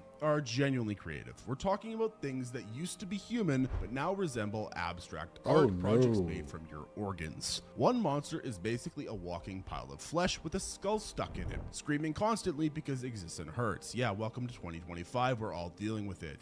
Man up, monster. We all go through it every day. Another looks like someone tried to build a person from memory and got most of the details wrong, and they were also high on crack. The film doesn't explain much about what's happening or why. The cosmic horror comes from watching normal people try to survive in a place where the rules of biology have stopped working. The doctor claims he's trying to help humanity transcend death, but his version of transcendence looks suspiciously like being turned into the deli aisle. By the finale, reality has completely broken down inside the hospital. Yeah, that dude just Characters ruined it walk for through everyone. doorways and end up All it in takes is one creepy guy. landscapes. The building itself Whole becomes a universe maze gets one of guy. impossible geometry, where the basement leads to cosmic voids filled with ancient pyramids and tentacled gods. Once again, not the fun kind. At least that was obviously supernatural from the start, though, because Prince of Darkness takes the most recognizable villain this in is human the, I history think, and second makes movie him in a the cosmic horror problem. John Carpenter Carpenter's film trilogy? suggests that Satan isn't a fallen angel. He's an alien force I think the from an first one antimatter was, universe, and the Catholic Church has been I think it was the keeping this secret Reanimator. for centuries. A group of physics students and professors get called to investigate a mysterious cylinder of green liquid in the basement of an abandoned Los Angeles church. The container holds the concentrated essence of the devil. Yes, it's a Yeah, the big Apocalypse barrel trilogy. of the Oh, it devil. was a thing, Do with that The what Prince you of Darkness, will. and the Anyways, Mouth of it's been Madness. So waiting all for three of the those right movies cosmic made it alignment here. to wake up and start the apocalypse, which is probably not what these grad students So I'm gonna expected say when for they sure he signed was up for going extra for credit. As the liquid starts to activate, cosmic team horror. members get possessed one by one. The possessed don't become cackling demons. I think They this was the become something worst of the worse. trilogy They as stand well. perfectly still, sometimes for hours, whispering backwards messages in dead languages. When they do move, it's with this eerie coordination that suggests they're all part of the same terrible intelligence. The scariest part of Prince of Darkness isn't the possession scenes or the gore. It's the dream sequences that all the characters start having. They receive what appears to be a I mean, you just broadcast make of a deal and then you 1959, find a grainy video guy. footage showing a dark figure Everyone has a emerging from dealer. a church, with a voice warning that this is not a dream. These dreams feel like messages from the future, desperately trying to prevent what's about to happen. Carpenter films these dream sequences on actual VHS and then films the playback, creating this haunting, degrading Yeah, I've quality never watched that all makes them three feel movies in genuinely succession, but I've otherworldly. seen You'll all probably three. remember these images long after you forget the plot. The movie presents Satan as a cosmic infection rather I mean, than what a else is the devil traditional gonna villain. do? This thing doesn't want to rule hell. It wants to bring its father through from the antimatter realm and turn our entire universe into a place where physics work backwards and suffering is the only constant. The climax involves one character sacrificing herself to prevent this cosmic takeover, but the ending suggests that the evil might have won anyways. But of course, some cosmic horror, and often the best, lives underwater. Underwater Is it starts this? 7 miles below the ocean surface and immediately ruins everyone's day. Kristen Stewart plays a mechanical engineer never on saw a this. deep-sea drilling station when a massive What's earthquake good, hits and Testy? destroys most of the facility. The survivors have to walk across the ocean floor We're looking to at reach not escape Twilight. pods, which sounds terrible enough without adding monsters to the situation. At first, this feels like a standard disaster movie.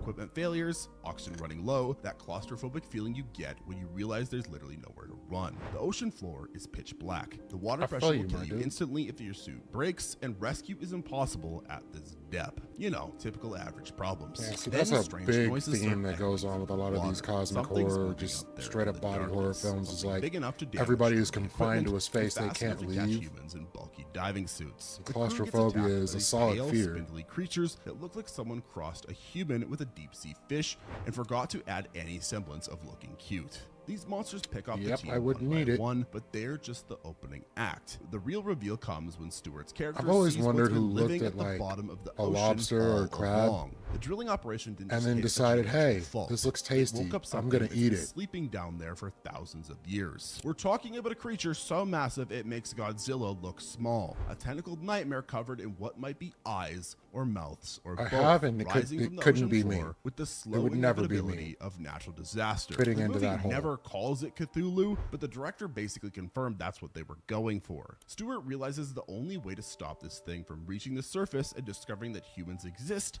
is to overload the station's nuclear reactor. She sacrifices herself to blow up what might be an actual elder god, which is either the most heroic act in cinema This or the movie most proved Hammer pointless, wrong. depending on They whether blew you up think the elder nuclear god. weapons work on cosmic entities. At least that was a quick and merciful death though for her. Dagon takes its time making you uncomfortable, This which is somehow movie. worse than just getting eaten by a sea monster. This Spanish-made film adapts Lovecraft's The Shadow over Innsmouth and commits completely to the idea that fish people are inherently disturbing, especially when they used to be your neighbors. Paul and Barbara are vacationing off the Spanish coast when a storm wrecks their boat and forces them to seek shelter in the fishing village of Imboca. The locals are unfriendly, which isn't unusual for small towns dealing with annoying tourists. What is unusual is how they all have these bulging eyes and webbed fingers, and the way they keep muttering prayers to something called Dagon. The town has been interbreeding with sea creatures for generations. They getting freaky with the As one fish, and does. the results are not what you call family friendly. This is Some why you leave villagers the still look mermaids mostly alone. human, just with a few extra gills or scales, but others have progressed to the point where they're more fish than person, flopping around town and probably making the property values plummet. Paul spends most of the movie running through narrow alleyways while fish people chase him,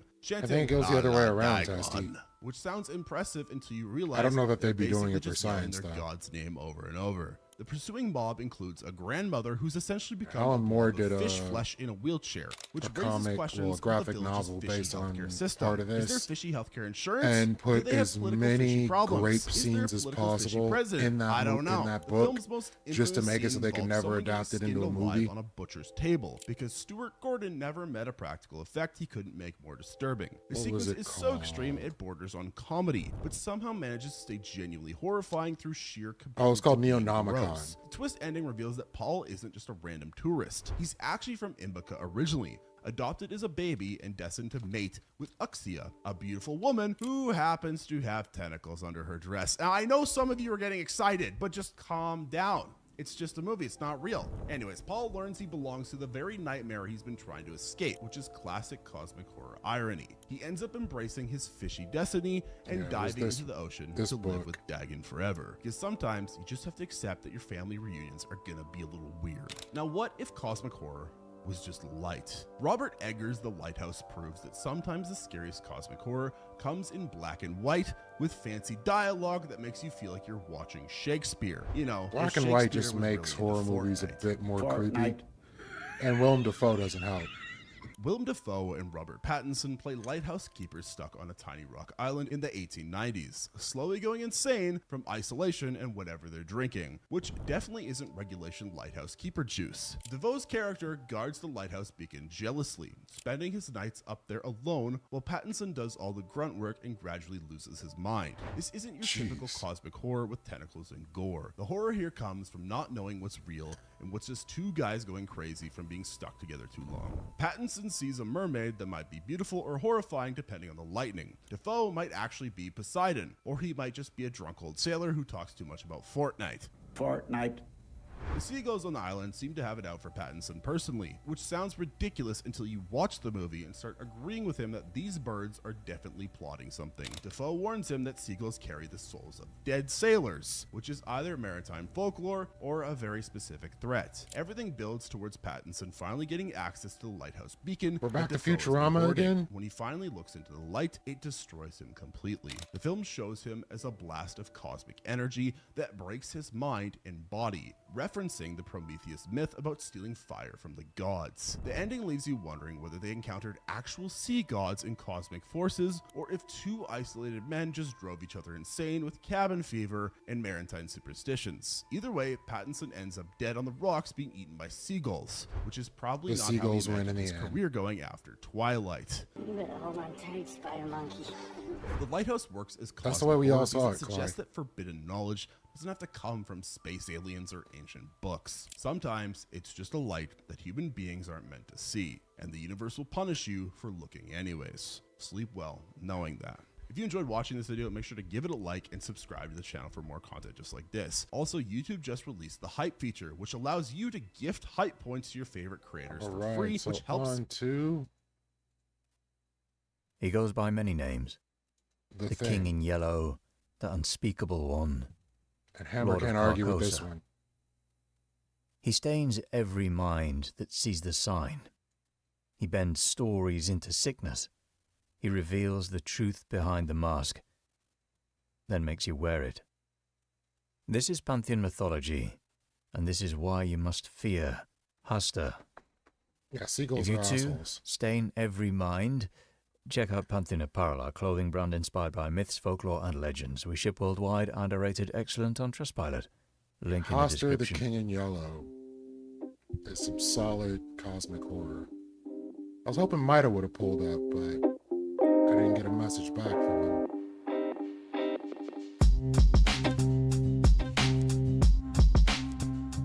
Before he was feared, Hasta was Diabolical worshipped. Moon. In 1893, American writer Ambrose Bierce published a short story titled Haita the Shepherd. It's a quiet, almost dreamlike tale about a young herdsman who lives in an idealized countryside.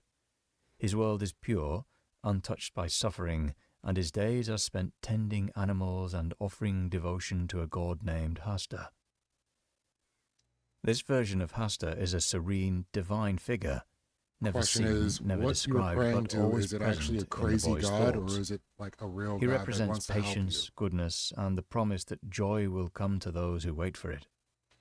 In Bierce's story, Hasta is less a character and more a concept, a comforting presence tied to innocence and hope. There's no horror here, no creeping dread, no yellow sign. Just a boy, a hill, and a God who listens. Listens and then waits. Something changed. The name lived on, but the meaning did not. Within just 2 years, another author would take that same name and twist it into something entirely different. The shift from God to infection happened violently and almost without explanation. And that's what makes Hasta so unsettling. His origin was peaceful. His corruption was immediate. In the stories of Robert W. Chambers, a new kind of horror spreads, one that travels through fiction itself. His 1895 collection, The King in Yellow, includes a handful of tales connected by a mysterious play of the same name. The play exists within the world of the stories, spoken about in hushed tones, read in secret, feared for its effect on those who encounter it.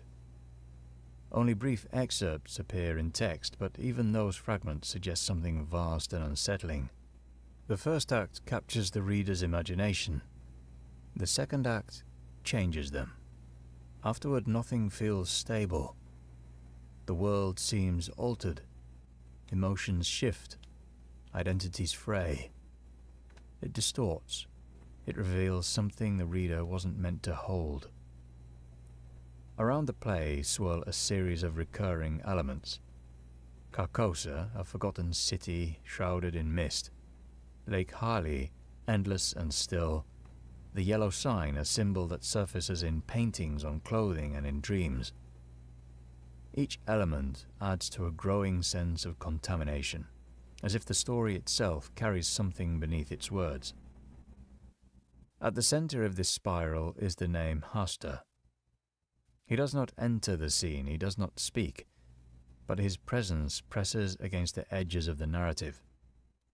He lives in the margins, mentioned without explanation, always close to the madness.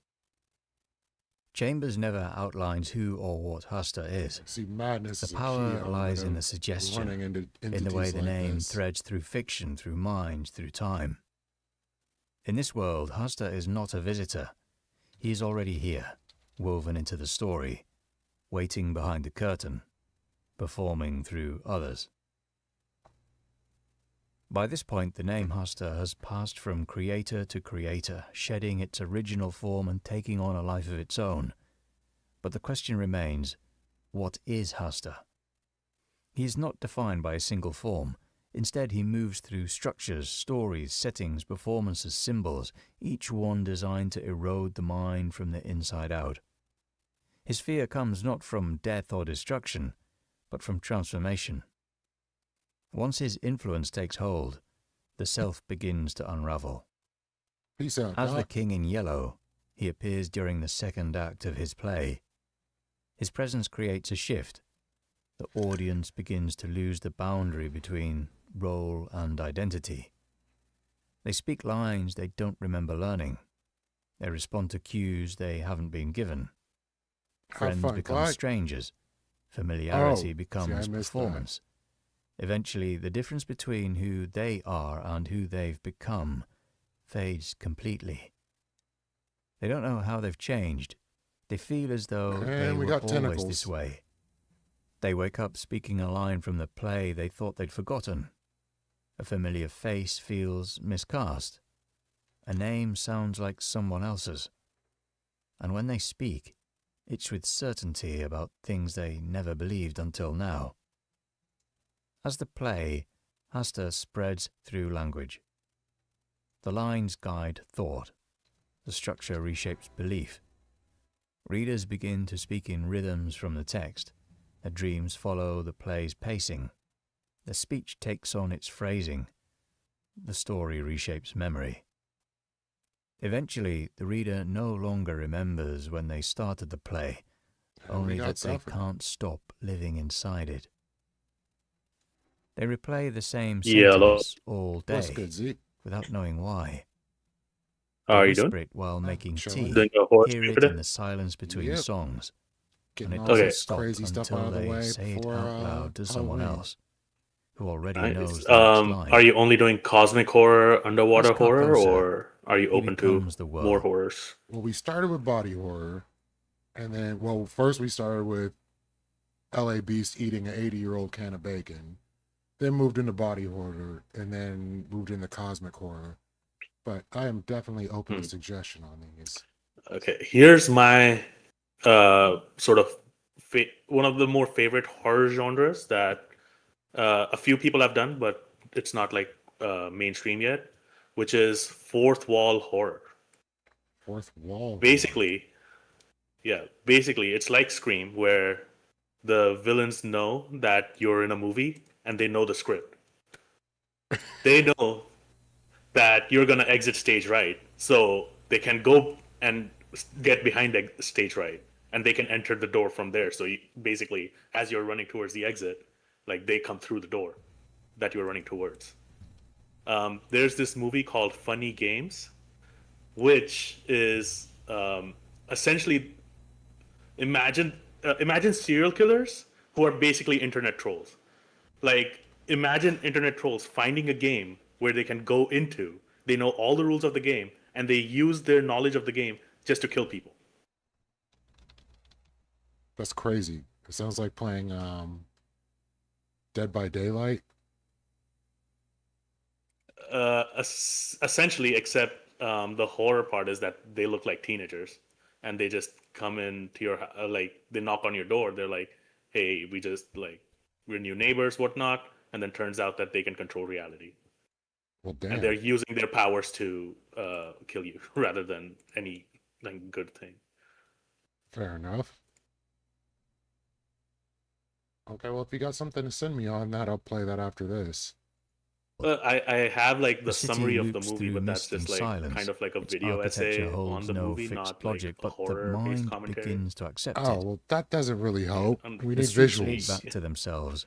The skyline repeats There's going to be across every scenes from the horizon. movie, but again, it's like analyzing Time the folds movie and not the inwards. horror part of Those it. who It's just walk saying, through oh, wouldn't it be Carcosa scary if that stop happened? asking They're not where they are. diving deep. They're not They focusing on the remember horror being part. there before. They're focusing on the storytelling part.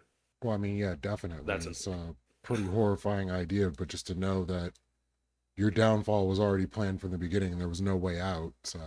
Exactly. Exactly. That's like, imagine if we are all in a movie. But there is a script, but we haven't read it. And if somebody who has read the script were to come in and their sole mission was to kill us, yeah, we're fucked. Yeah, pretty much Cabin in the Woods, but in Cabin in the Woods, at least it was funny where they couldn't completely control, but could set up the scene so that what they expect to happen was going to happen. That movie was better than it had any business being. Before, even when they Also, your haven't. streams, I don't know if it's for The city everyone, but for becomes me, their it's only map. really laggy today. Don't know if Really Every laggy thought today? anchors to its yeah, broken it's stones. a minute and a half behind for me, and then keeps buffering. As the yellow sign, every few minutes. he uses recognition as entry. I don't know if it's me. The symbol appears I'll look once, into it. then again, and again. If it's just me, then I stand. The person who sees it Sorry. begins to share images and phrases with others who've seen it too. Their dreams Alright, converge, I'm a dip. their thoughts Whoa. repeat, Alright, peace. their identities align. They do not feel possessed, they feel understood by something that never needed permission to enter. Hasta changes perception, memory, personality. His victims continue living their lives, speaking their names, fulfilling their routines, but every layer of their reality is now You didn't have to leave, scripted. you can come back also. They feel autonomous. They feel free, but every thought has already been written. And that is why he must be feared. It starts behind the eyes, a pressure, not painful but dense, like a thought that hasn't finished forming but refuses to leave. They smell salt water where there is none. Well, you can get They some forget science why they horror entered the going. room. They hum a tune they can't place. I mean, and that's kind of someone the else point, hums it bro. back. It's so abstract He that never the takes insanity anything creeps away. in, and before He you know adds, he it's already builds, eating he your life adjusts. away to where reality And no when he's longer means finished, anything. You look into the mirror, and you smile, and you feel whole, without ever noticing what you've become. Hasta's presence expanded in the 20th century as his name was absorbed into the growing network of cosmic horror known today as the Cthulhu mythos. At the center of that mythos stood H.P. Lovecraft, a writer obsessed with ancient knowledge, incomprehensible gods, and the insignificance of human life within a vast, uncaring universe. Lovecraft did not invent Hasta. He borrowed the name from Chambers, just as Chambers had borrowed it from Bierce. In Lovecraft's stories, the name Ambrose appears Bierce has some only pretty in passing, crazy stories too, tucked into arcane lists, mumbled in occult references. The story of Ambrose half-buried in Bierce is pretty forbidden interesting texts. in itself. He never describes Hasta's form. He never shows his actions, and that silence gives the name power. In a mythos filled with monstrous gods and alien dimensions, Hasta remains the most unsettling precisely because he isn't revealed. Later, Lovecraft's follower and literary executor August Derleth took the name further. Derleth sought to organize the mythos into a structured pantheon, giving each entity a role, an alignment, a place in the cosmic hierarchy.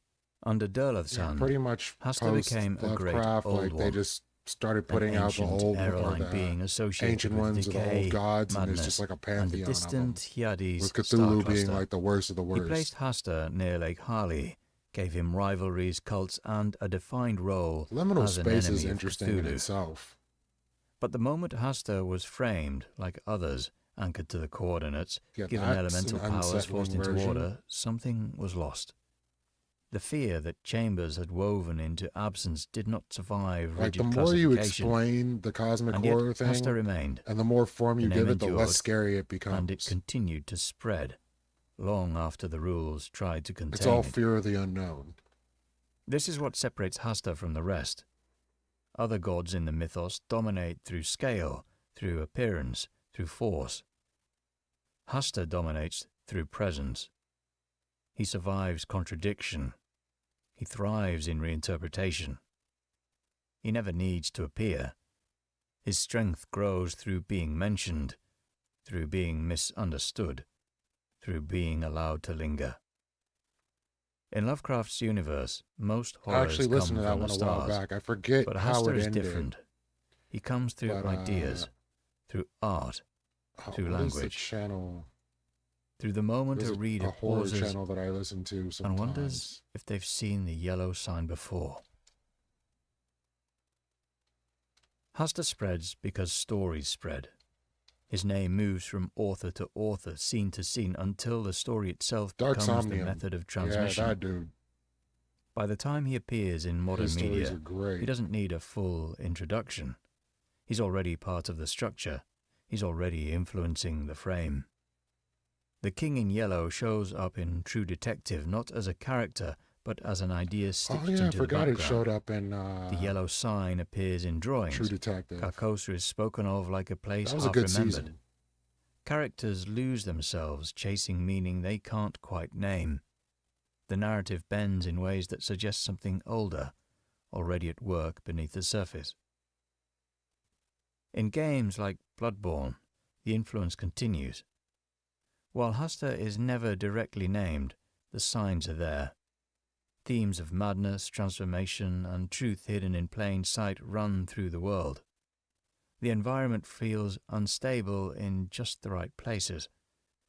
At the edges of Canehurst Castle, Martyr Logarius waits alone atop a ruined tower. His posture regal, his crown broken, his purpose unclear. He carries the weight of something buried, duty, secrecy, perhaps a curse that never needed to be spoken aloud. Listen to so many. Whether intentional or not, he feels like a nod to the King in Yellow. Hasta is now used as a kind of narrative virus.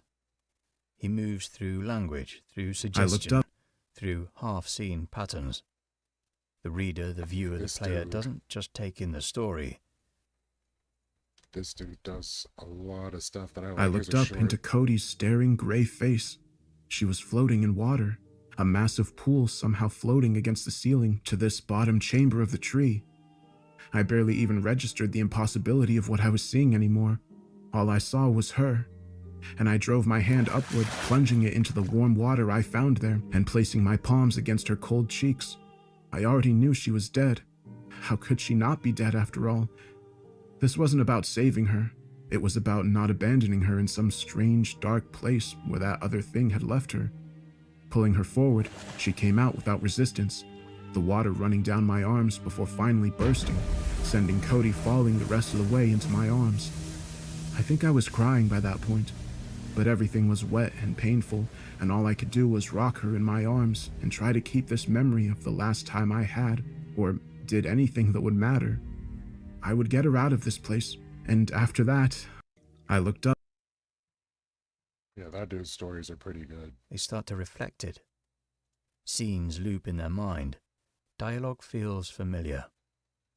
They notice repetition that no one pointed out. The structure becomes the message.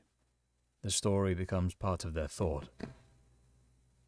The King in Yellow appears through rhythm, through placement, through the sense that this isn't the first time you've heard his name. He moves without form, without warning, and once he's inside the narrative, he stays there. You're already part of it. You said the name, the King in Yellow. You followed the story. You looked. And that's all it takes. You must fear Hasta because he rewrites reality, quietly, precisely, completely.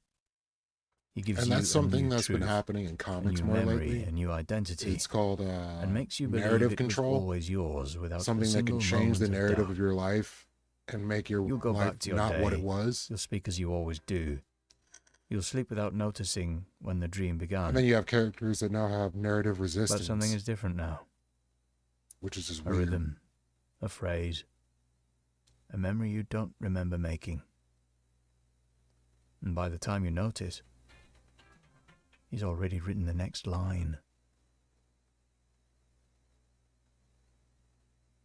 And there's more of these, but I'm going to go straight to this, because this is what I was looking for earlier.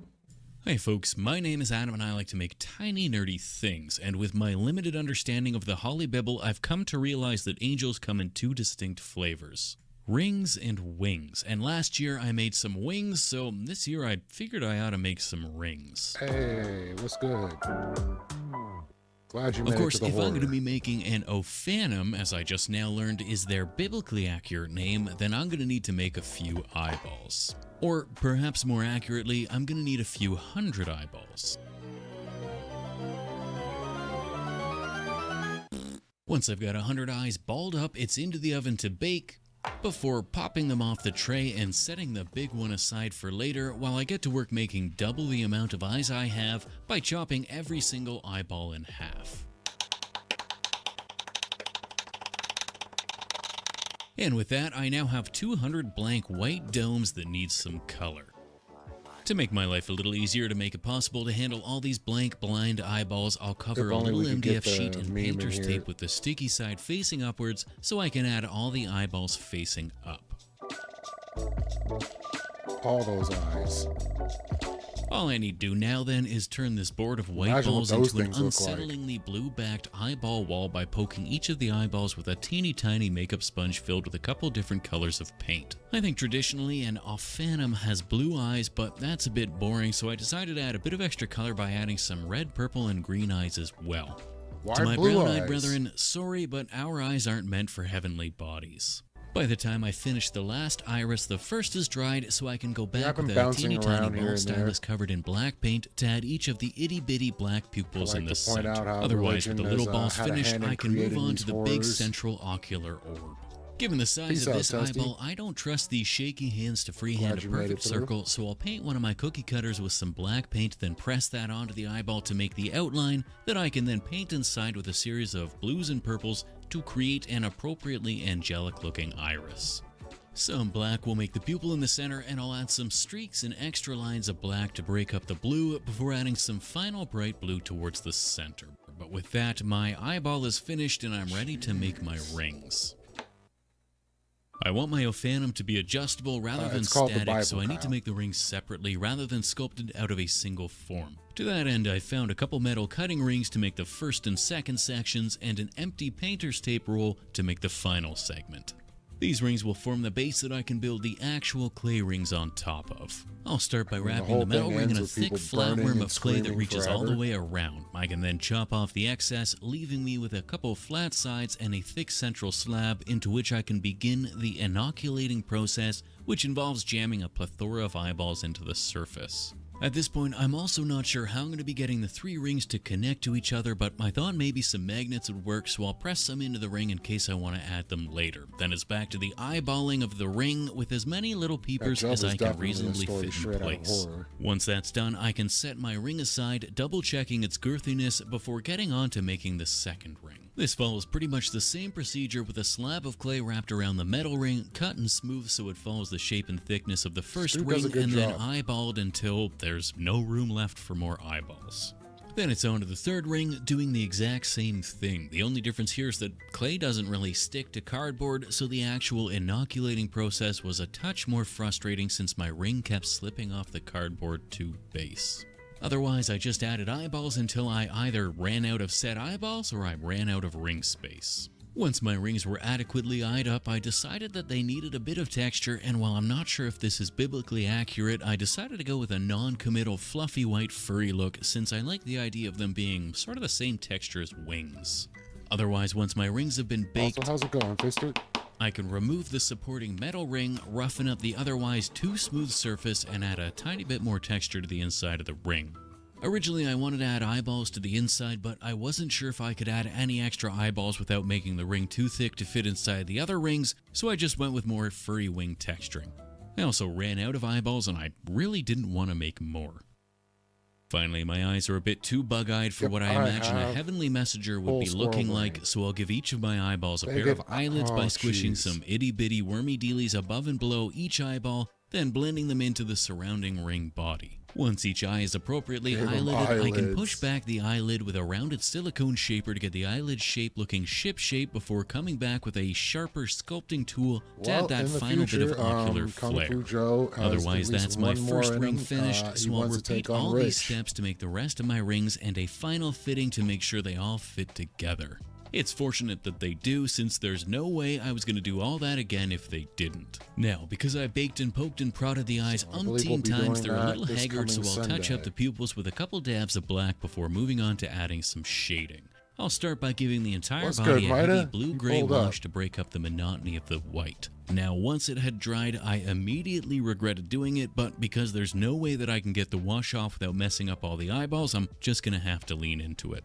You can tell I was panicking at this point, since despite applying dozens of coats of white to bring back the brightness, I barely have any footage, and what I do have is kind of blurry and off-center. However, after adding some bone white highlights, I decided to move on to gooping up the eyeballs, which I did by applying several coats of high-gloss varnish. Then, once the varnish had had a chance to dry thoroughly, I applied a thin, watery red wash into the cracks and edges of the eyes to help them stand out a bit more. Now, because of the smooth, non-absorbent nature of the gloss varnish, the watery wash flowed easily into the edges, leaving the eyeball mostly clear. Then once again I repeated these steps for the other two rings, and it was time to add the finishing details to the big central eye.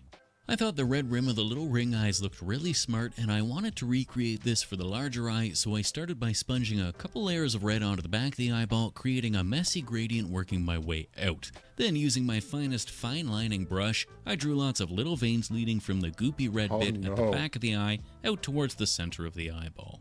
Finally, a bit more fine lining to create some more veiny bits leading away from the iris, and I'm ready to coat my eyeball in a couple layers of high gloss varnish. There you go, Fister. With that, my Ophanum is finished, and all I need to do is attach the pieces. I ended up filling those pre-poked magnet holes with some more eyeballs, since about halfway through I decided to just use pins to hold everything in place. Because I use cosplay, and cosplay has a rubbery finish when baked, it's easy enough to press the pins through the baked ring bodies without breaking or cracking the clay. Once I've got the pins in place, I can clip the tips off, and I'm left with a barely visible pivot point.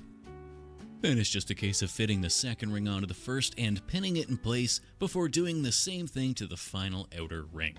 By pinning the rings 90 degrees offset to the subsequent King ring, has some I can weird press the stuff. rings out to create that final Ophanum shape.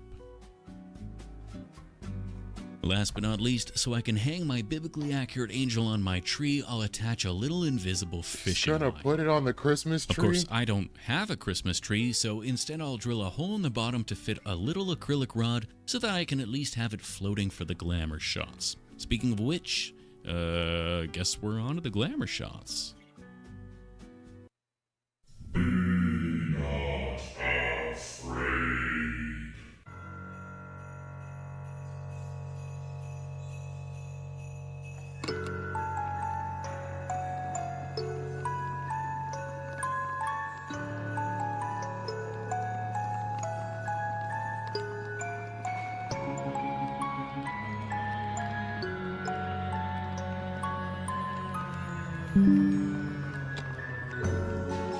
I can see that. As always, a huge thank you to the absolute gems over on Patreon, and a special hey how are you to my newest patrons, Jupiter and Mel, That One Joey, Erica with a K, Oh, that's the Meg other the one. He Children did that Eating one Witch, too. Martin Gobauer, Rachel Elizabeth, Cat A. Turner, The Weird Maldonna Dudes, Shub, Chelsea, The Bullfrog People, Hannah Collette, Danielle Lutke, Venomous Bite, Sam and Hamish who love tiny wormy dealies, Clumsy AF, and Jeff. You are the angelic spinning ocular rings that somehow keep this It's like channel 3 aloft. different kinds of Merry angels. Christmas, everyone, or if you celebrate a different holiday, then happy holidays to whatever that may be. Or if you don't celebrate you anything get at all, the then other happy eyeball Friday, one. I guess. Otherwise, we'll he see you did next this time. one. Cheers. He Hey, didn't do folks. the one with the face. Given the size of this eyeball, I don't trust these shaky hands to freehand a perfect circle to make the rings separately rather than sculpted out of a Is it the single same one? form. No, To that I end, I put it in found a a couple different metal cutting rings to make the first and Oh. second sections and an empty painter's tape roll to make the final. This should be the right one. Hey folks, my name is Adam and I like to make tiny nerdy things from the edge of the wing Here we towards an arbitrary point I've mentally placed on the wing. Then I'll come back and start cutting little notches into the tips to allow There we go. for and painter's tape, then wrap that in a layer of aluminium foil to give the clay something to stick to. Then once it's a kinda lumpy looking shiny ball, I can cover it in a thin layer of clay. Wow. I'll stick a little wire into my gray angel's undercarriage so that I can mount it on a block in order to get the location of my wings figured out.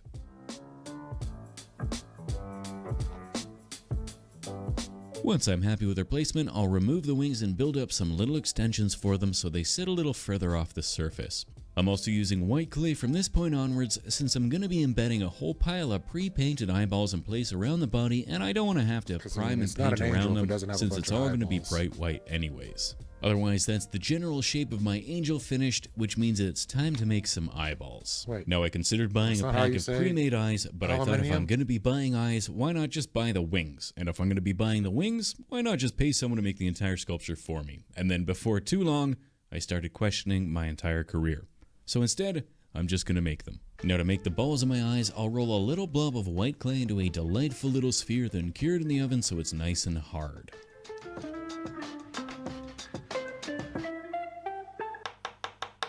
Of course, I don't need the whole eyeball, so with a little optic surgery I can split need my the whole one eye eye. into two, then I'll drill a little hole into the back, mount it on a toothpick, and get to work making them beautiful. Now, I believe it was the Geico Gecko who said that the eyes are the windows into the soul, and as such, they tend to be the part of the sculpture that people focus on. So normally it's worth taking the time to make sure they look as good as possible. Instead of that though, I'm gonna make 100 mediocre windows in the hopes that you feel uncomfortable looking too closely.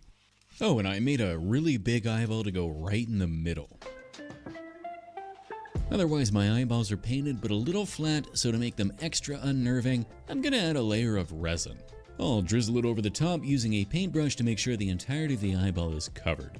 This is quick setting That epoxy is resin, a which should be popsicle rock hard stick, in not a 24 paintbrush. You hours. lied to us. Normally, I wait until the very What's good, end Adler? after everything's been baked to add the resin, since I'm not sure how well cured resin handles the oven, but in the interest of wanting to do the least amount of work, I'm gonna goop up the eyeballs ahead of time and hope for the best. I'd considered praying for a good outcome, but I'm not sure how much more heretical I can make this video before it gets flagged, so I'm just gonna stick to hoping. Otherwise, once I've given the eyes 24 hours to cure, they're nice and solid and I can start sticking them onto my body. I don't really have a plan as far as how many I'll use or where they'll go. Instead, I'm just working my way through the eyeballs from largest to smallest, covering as much of the body as possible. Once I've got all my eyes in place, I can start adding the eyelids and white skin. I'm gonna only work on the front half of the body to begin with, so that I have a nice surface to hold on to while I add all the detail. Again, the white clay means that I don't have to worry about the tedious priming and painting. Instead, I can just slap the clay in place. I'll start by giving each of the eyeballs an upper and lower lid while making sure to cover any of the underlying gray clay in a top layer of white as well. Then I can start blending all the seams together so it's one solid mass of white before coming back with my silicone shapers to clean up the eyelids and make them look a little sharper. The worst Geodude ever. The Geodude of nightmares. Some final poking and prodding will add some epicanthic folds and give the eyeballs some final detailing. Then I can start adding some furry, fluffy textures to the entirety of the body. So Maida, while you're still here, hoping you're still here, anything and I with should my run furry, before fluffy we angel end for front the finished, night? I can bake it to So I lock got the at least fluff in place, then get to work doing another everything I half did hour, to the 45 front minutes. to the back. Mine is Z. What's good, my dude? We're getting all religious in here. And once my multi-ocular heavenly What body is looking TSV? entirely too fluffy, I'll toss it I'll in the look up oven to some bake TSV. and get to work adding some finishing touches. First, I'll hit the wings with a bright white primer, followed by a base coat of slightly warmer white to match the color of the clay I used for the body. Then I'll brush the entire surface using a very, very thin bone white wash. I don't want to lose the bright white base, I just want to add a tiny bit of coloring and shading to the recesses and give it all a little bit of variation. Then I'll use the same bone white wash on the body to help tie the wings and the body together. This dude makes it look like it has feathers pretty well. Finally, I'll mix up a thin pinky red wash and tickle the gap between the eyes and the eyelids to add that last layer of discomfort to the eyes. I didn't think a multi-winged fluffy ball of eyes was unnerving enough, so I want all the eyes to look slightly too dry and tired.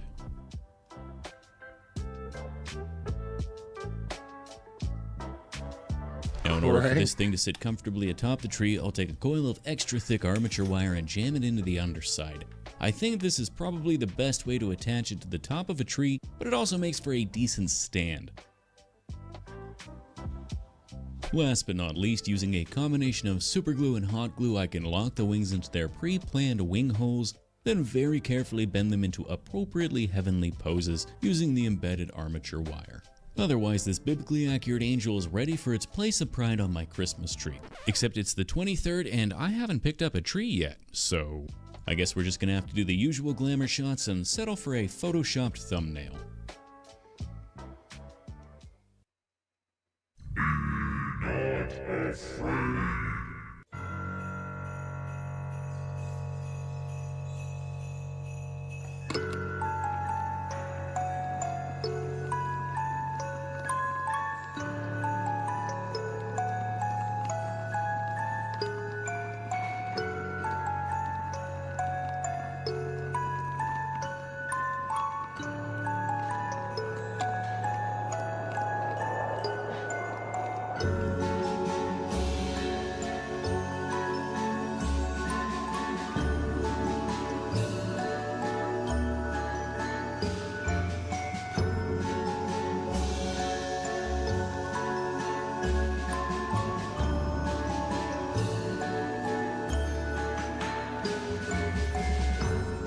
As always, a big old thank you to my wonderful patrons over on Patreon, and a big old hey how are you to my newest patrons.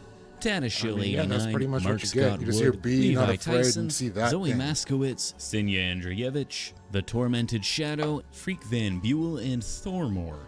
You are the many beautiful feathered wings that keep this ocular monstrosity of a channel aloft. If you've made it this far, then thanks for watching, and may the multi-eyed angel of fortune find you this holiday season. Otherwise, we'll see you next time. Cheers.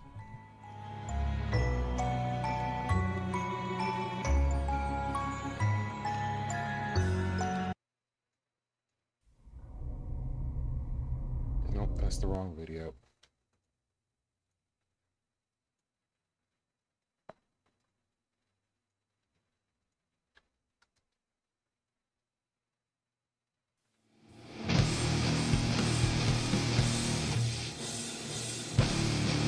I get my lemon juice bottle. Imagine the budget for Visine that thing has to have.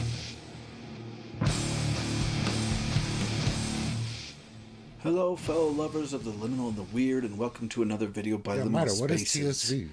Today, we are going to be talking about what I feel is probably the weirdest, most liminal horror novel I think I've ever read, and that is The House on the Borderland by William Hope Hodgson.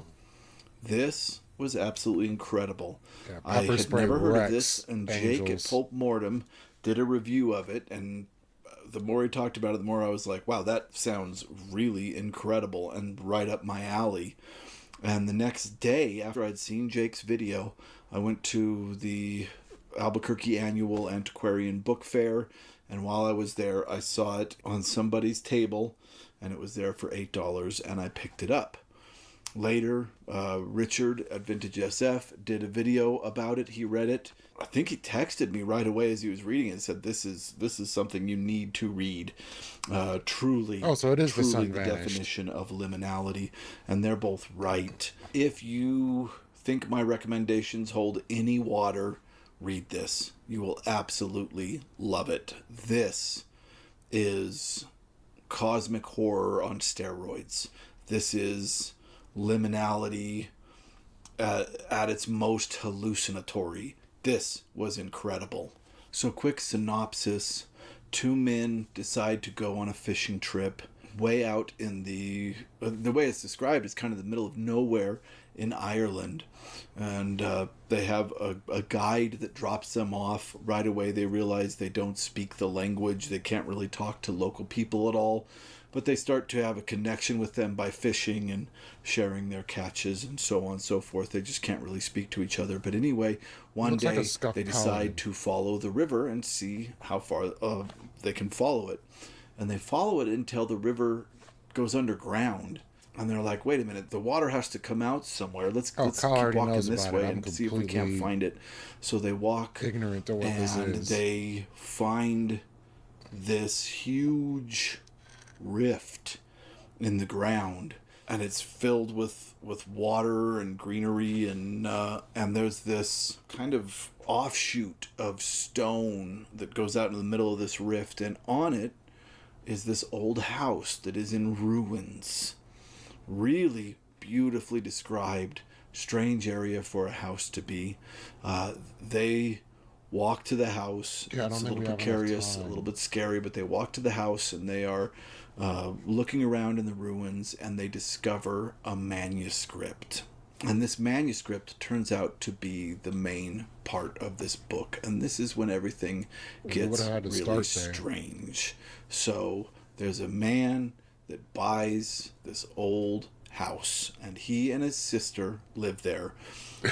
What's good? He's heard the history of this house, that it's like an evil house.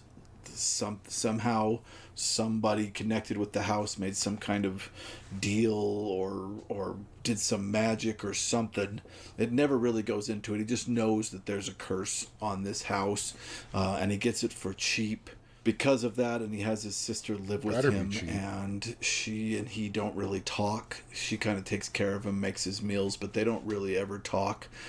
He seems very isolated in this house, and he's like, yeah, I lived there for a while and nothing really weird happened. And then one day the candles were burning, and suddenly all the candlelight turned blue. And then it turned red, and then I started floating, and I floated up and up away from the house, and I floated away from Earth, and he floats further and further into the universe, and he comes to what I can only describe as an area that is the negative of where he just was. He comes to an Earth where the sun is black. I don't know if you missed the biblically accurate with angels. A light of fire, a ring of fire around it. And here he sees on this vast plain an exact copy of his house. And then he starts floating again, and he returns back kind of the way he came, and he comes with back to eyeballs his on house. But eyeballs as with he comes eyeballs. down, he can see that there are all these kind of ancient gods staring down at his house, at this house on the borderland. And I'm reading this thinking, my God, this started as a haunted house story. And it is so incredible. It just knocks the wind out of you because it's not what you're expecting at all. This is not a house haunted by ghosts. This is a house that is haunted by cosmic terror. This is a liminal house that is simultaneously in two places. And the hallucinatory prose, the way that William Hope Hodgson describes this weird cosmic journey to this other Earth that the main character takes is incredible. There's no amount of praise that I can give this that will be enough to describe to you how well written this is. It is, in my opinion, a must read. So after he awakes back home after this great journey and realizes, and this got a little bit confusing to me, I feel like the cover he's looks good. back a day, which is really, really strange. But like it might be a day covers has that passed. all look pretty Anyway, time did not work normally while he was on this journey. And at this point, when this manuscript's being written, the house is not in the same position as it is when the two fishermen find it. It's not out on an outcropping in the middle of this rift. Can't catch it's on a a break. plain. But a rift is slowly being formed. And that is kind of what this novel deals with, is the everyday life of this guy living in this strange place. The novel takes a turn here where pig creatures start trying to invade his house. I was like, what is this? And we get this chunk of the novel that is kind of this him protecting his house from home invasion.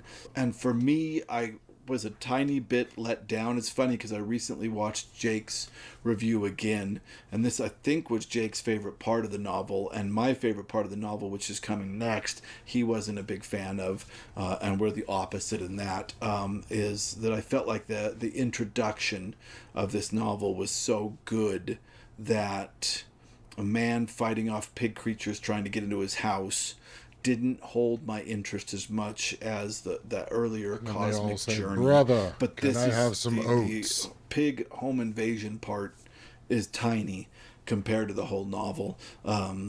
Cosmic travel comes back in, and I'm going to stop there with the synopsis. This is 100% worth it. You absolutely should read this novel. Got him. So this looks crazy. ただいま。おかえり。おかえり。マスカットは美味しいし、話し相手もいるも死神の友達はいないのか。ん。いない。あんたと同 I think we can get a lot more movies done these days, live action. じ。本当にテレビ出るの？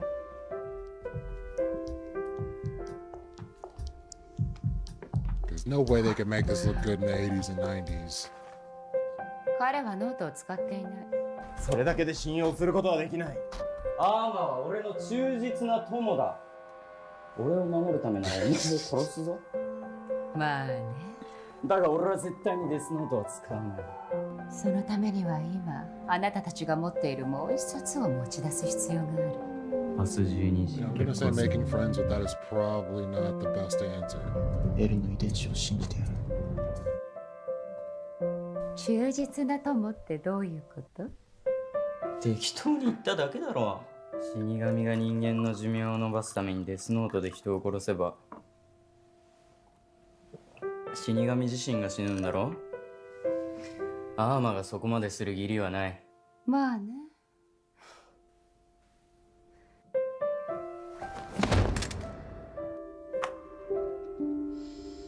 アーマは忠実な友。でしょ。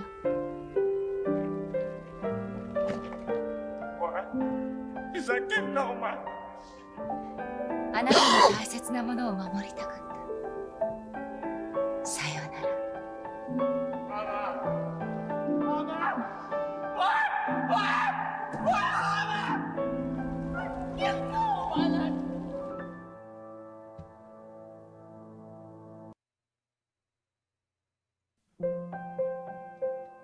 All right, so end on something a bit funnier.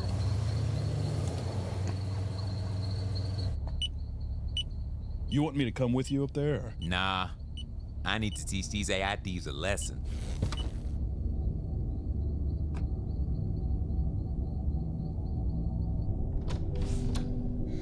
Yeah, that's straight up Death Note, but they did such a good job on that.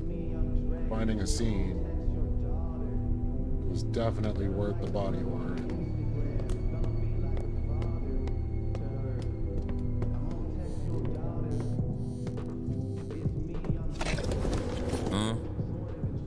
Hello? Wanna see how she's doing in chemistry class, third period. Yo! Who are you? I'm you. Are you the butthole making all that AI music using my likeness? Hey yo, bruh, that's gotta stop. Technology has come so far. With the click of a couple buttons, I become you. Your fame, your recognition, just with the click of a button. Bro, pause! Whoa. Drake Bell? Yes, it is I, Drake. The Drake with the extra name. You see, when I text underage girls, it's all weird and wrong. But when you do it, Drake, it's okay. Because it's the girl with that number name from that one show. It's not fair! Now I'm stuck here in this house of outcast. But with the AI, I will be the only Drake.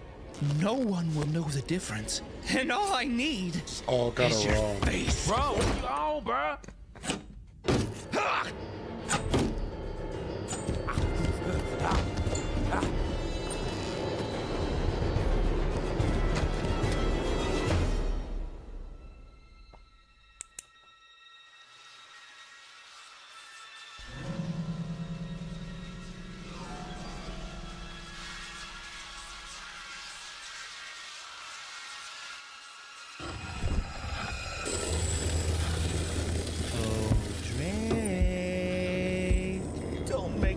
Harder than it has to be. Oh no.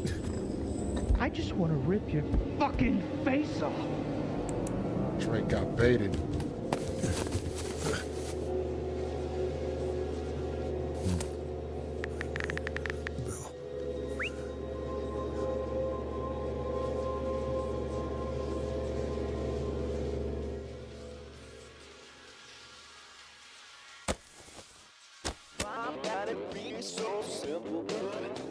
What a sick fuck. Yo, Drake! You good? Drake got shooters. Man, are you pulling a joke on me or what's going on? Not good! Drake Bell! Run, Drake! Run!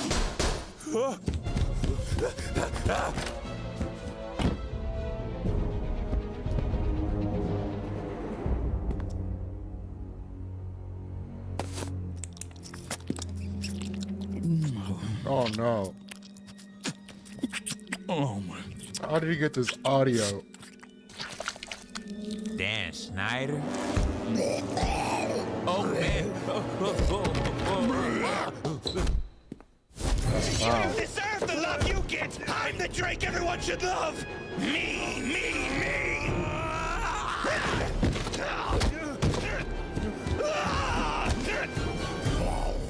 Ah, yes! Dan Schneider, my old friend! Take your pleasures from Drake's feet while I take his face! No, Dan Schneider, not me, Drake! The other Drake! Oh.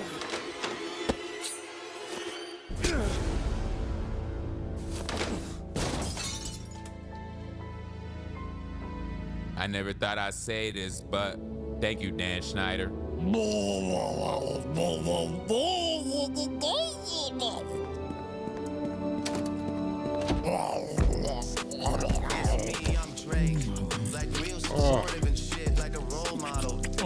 before we raid out, palate cleanser, just to All right, we have all the Dragon Balls together. Let's get make our over wish. all that. Shenron, we wish for everyone killed by Cell to come back to life, including my dad. It is done, but Son Goku shall not return, for he has already been revived once by my power. No, Dad. Aren't you forgetting, Gohan? Huh? The Namekian Dragon Balls. We'll just have to use those instead. That was a masterpiece. Fine, have it your Hold on, way. everyone. Goku. Dad? Great, you can hear me. Hey, everyone. It is him. Dad, we're still gonna wish you back. It's just gonna take a little bit longer. Yeah. What if, and follow me here, what if we just, we just don't? Huh? Yeah, just don't Consume worry is about it. the I'm good. word. Dad, what are you saying? Oh, come on. Navek's like a billion miles It away. wouldn't really be a big deal. I mean, we've been there before. Yeah, but come on, guys. What? Come on. You want us to just let you stay dead? Okay. Just think about it. A lot of the bad stuff happening on Earth in one way or another involves me, right? Frieza, Cell, they were all here because of me. So maybe with me gone, the world can enjoy some peace for a while. It's what's best for everyone. Don't you think? You thought of this? Yeah. Yeah, I don't believe that. What? There's no way you came up with that. No, I did. I thought about it and stuff. What do they got you doing up there? What? Yeah, the afterlife. What are you up to? Oh yeah, it's nothing crazy, really. That right. It's exactly what Goku is. Some I don't feel like being a parent. Yeah, with like every strong fighter in history, every day for eternity. I'm doing this for you guys. Oh, fuck you. Krillin, guys, come on. I totally want to come back. It's just really not a good time right now. Think about it. Like, Frieza, Cell, Garlic Jr. I don't know. Okay, why are you trying to gaslight us? What? No, I'm not. Does he even know what gaslighting means? No, I've got no idea what gaslighting would even. Like, what is that? Like a light out of gas? Gross. I mean, you guys are crazy. You know that? What does it even mean? I'm so dumb. Okay, does he or does he not? I honestly can't tell if he's fucking with us or not. Look, No, he's let's definitely just on see the what it's list of like for me worst to be dads. gone. Just give it a try. With all Just you give it a guys try. there, I feel like things will be just fine without me. And if you ever need me, I'm just a wish away. Is there really any reason not to give it a shot? I want a relationship with my father. Any other fighting-related reasons? Well, hold on. Well, I'll leave it to you guys then. See ya. Wait, can I at least just let Mom know? Right now? Yeah, it'll just take a Yeah, second. I don't know if, Mom? Hey, yeah, about that. He wants to stay dead. Yeah. Do the Charlie Brown on it. Yeah, we said that. What? You're what? You're pregnant? Oops, gotta go. Yeah, you know. Well, look who's light gassing now. All right, bye. So, if we're not gonna use that wish, I think I'm gonna marry one of those androids. Which one? Krillin, I asked. Yeah, I'm thinking. You're my dad now. All right. This video is brought to you by Gamersubs, and the flavor of the week is... What is that? What is that? Oh my god. Oh my god, it's amazing. So Mr. Popo, he's spinning... whoa. All right. So on that, go ahead and raid out. Any suggestions for who to raid into? Let's see who we got. Rhizomes on, Jason Society, Chaos Queen Lizzie. Okay, let's raid Lizzie.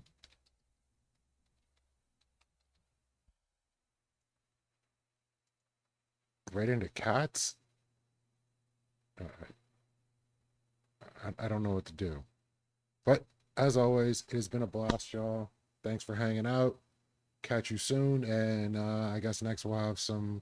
Well, I'll be on horseradishes on Saturday, I believe. And then Sunday, the Kung Fu Joe stuff. So catch y'all next time. Peace.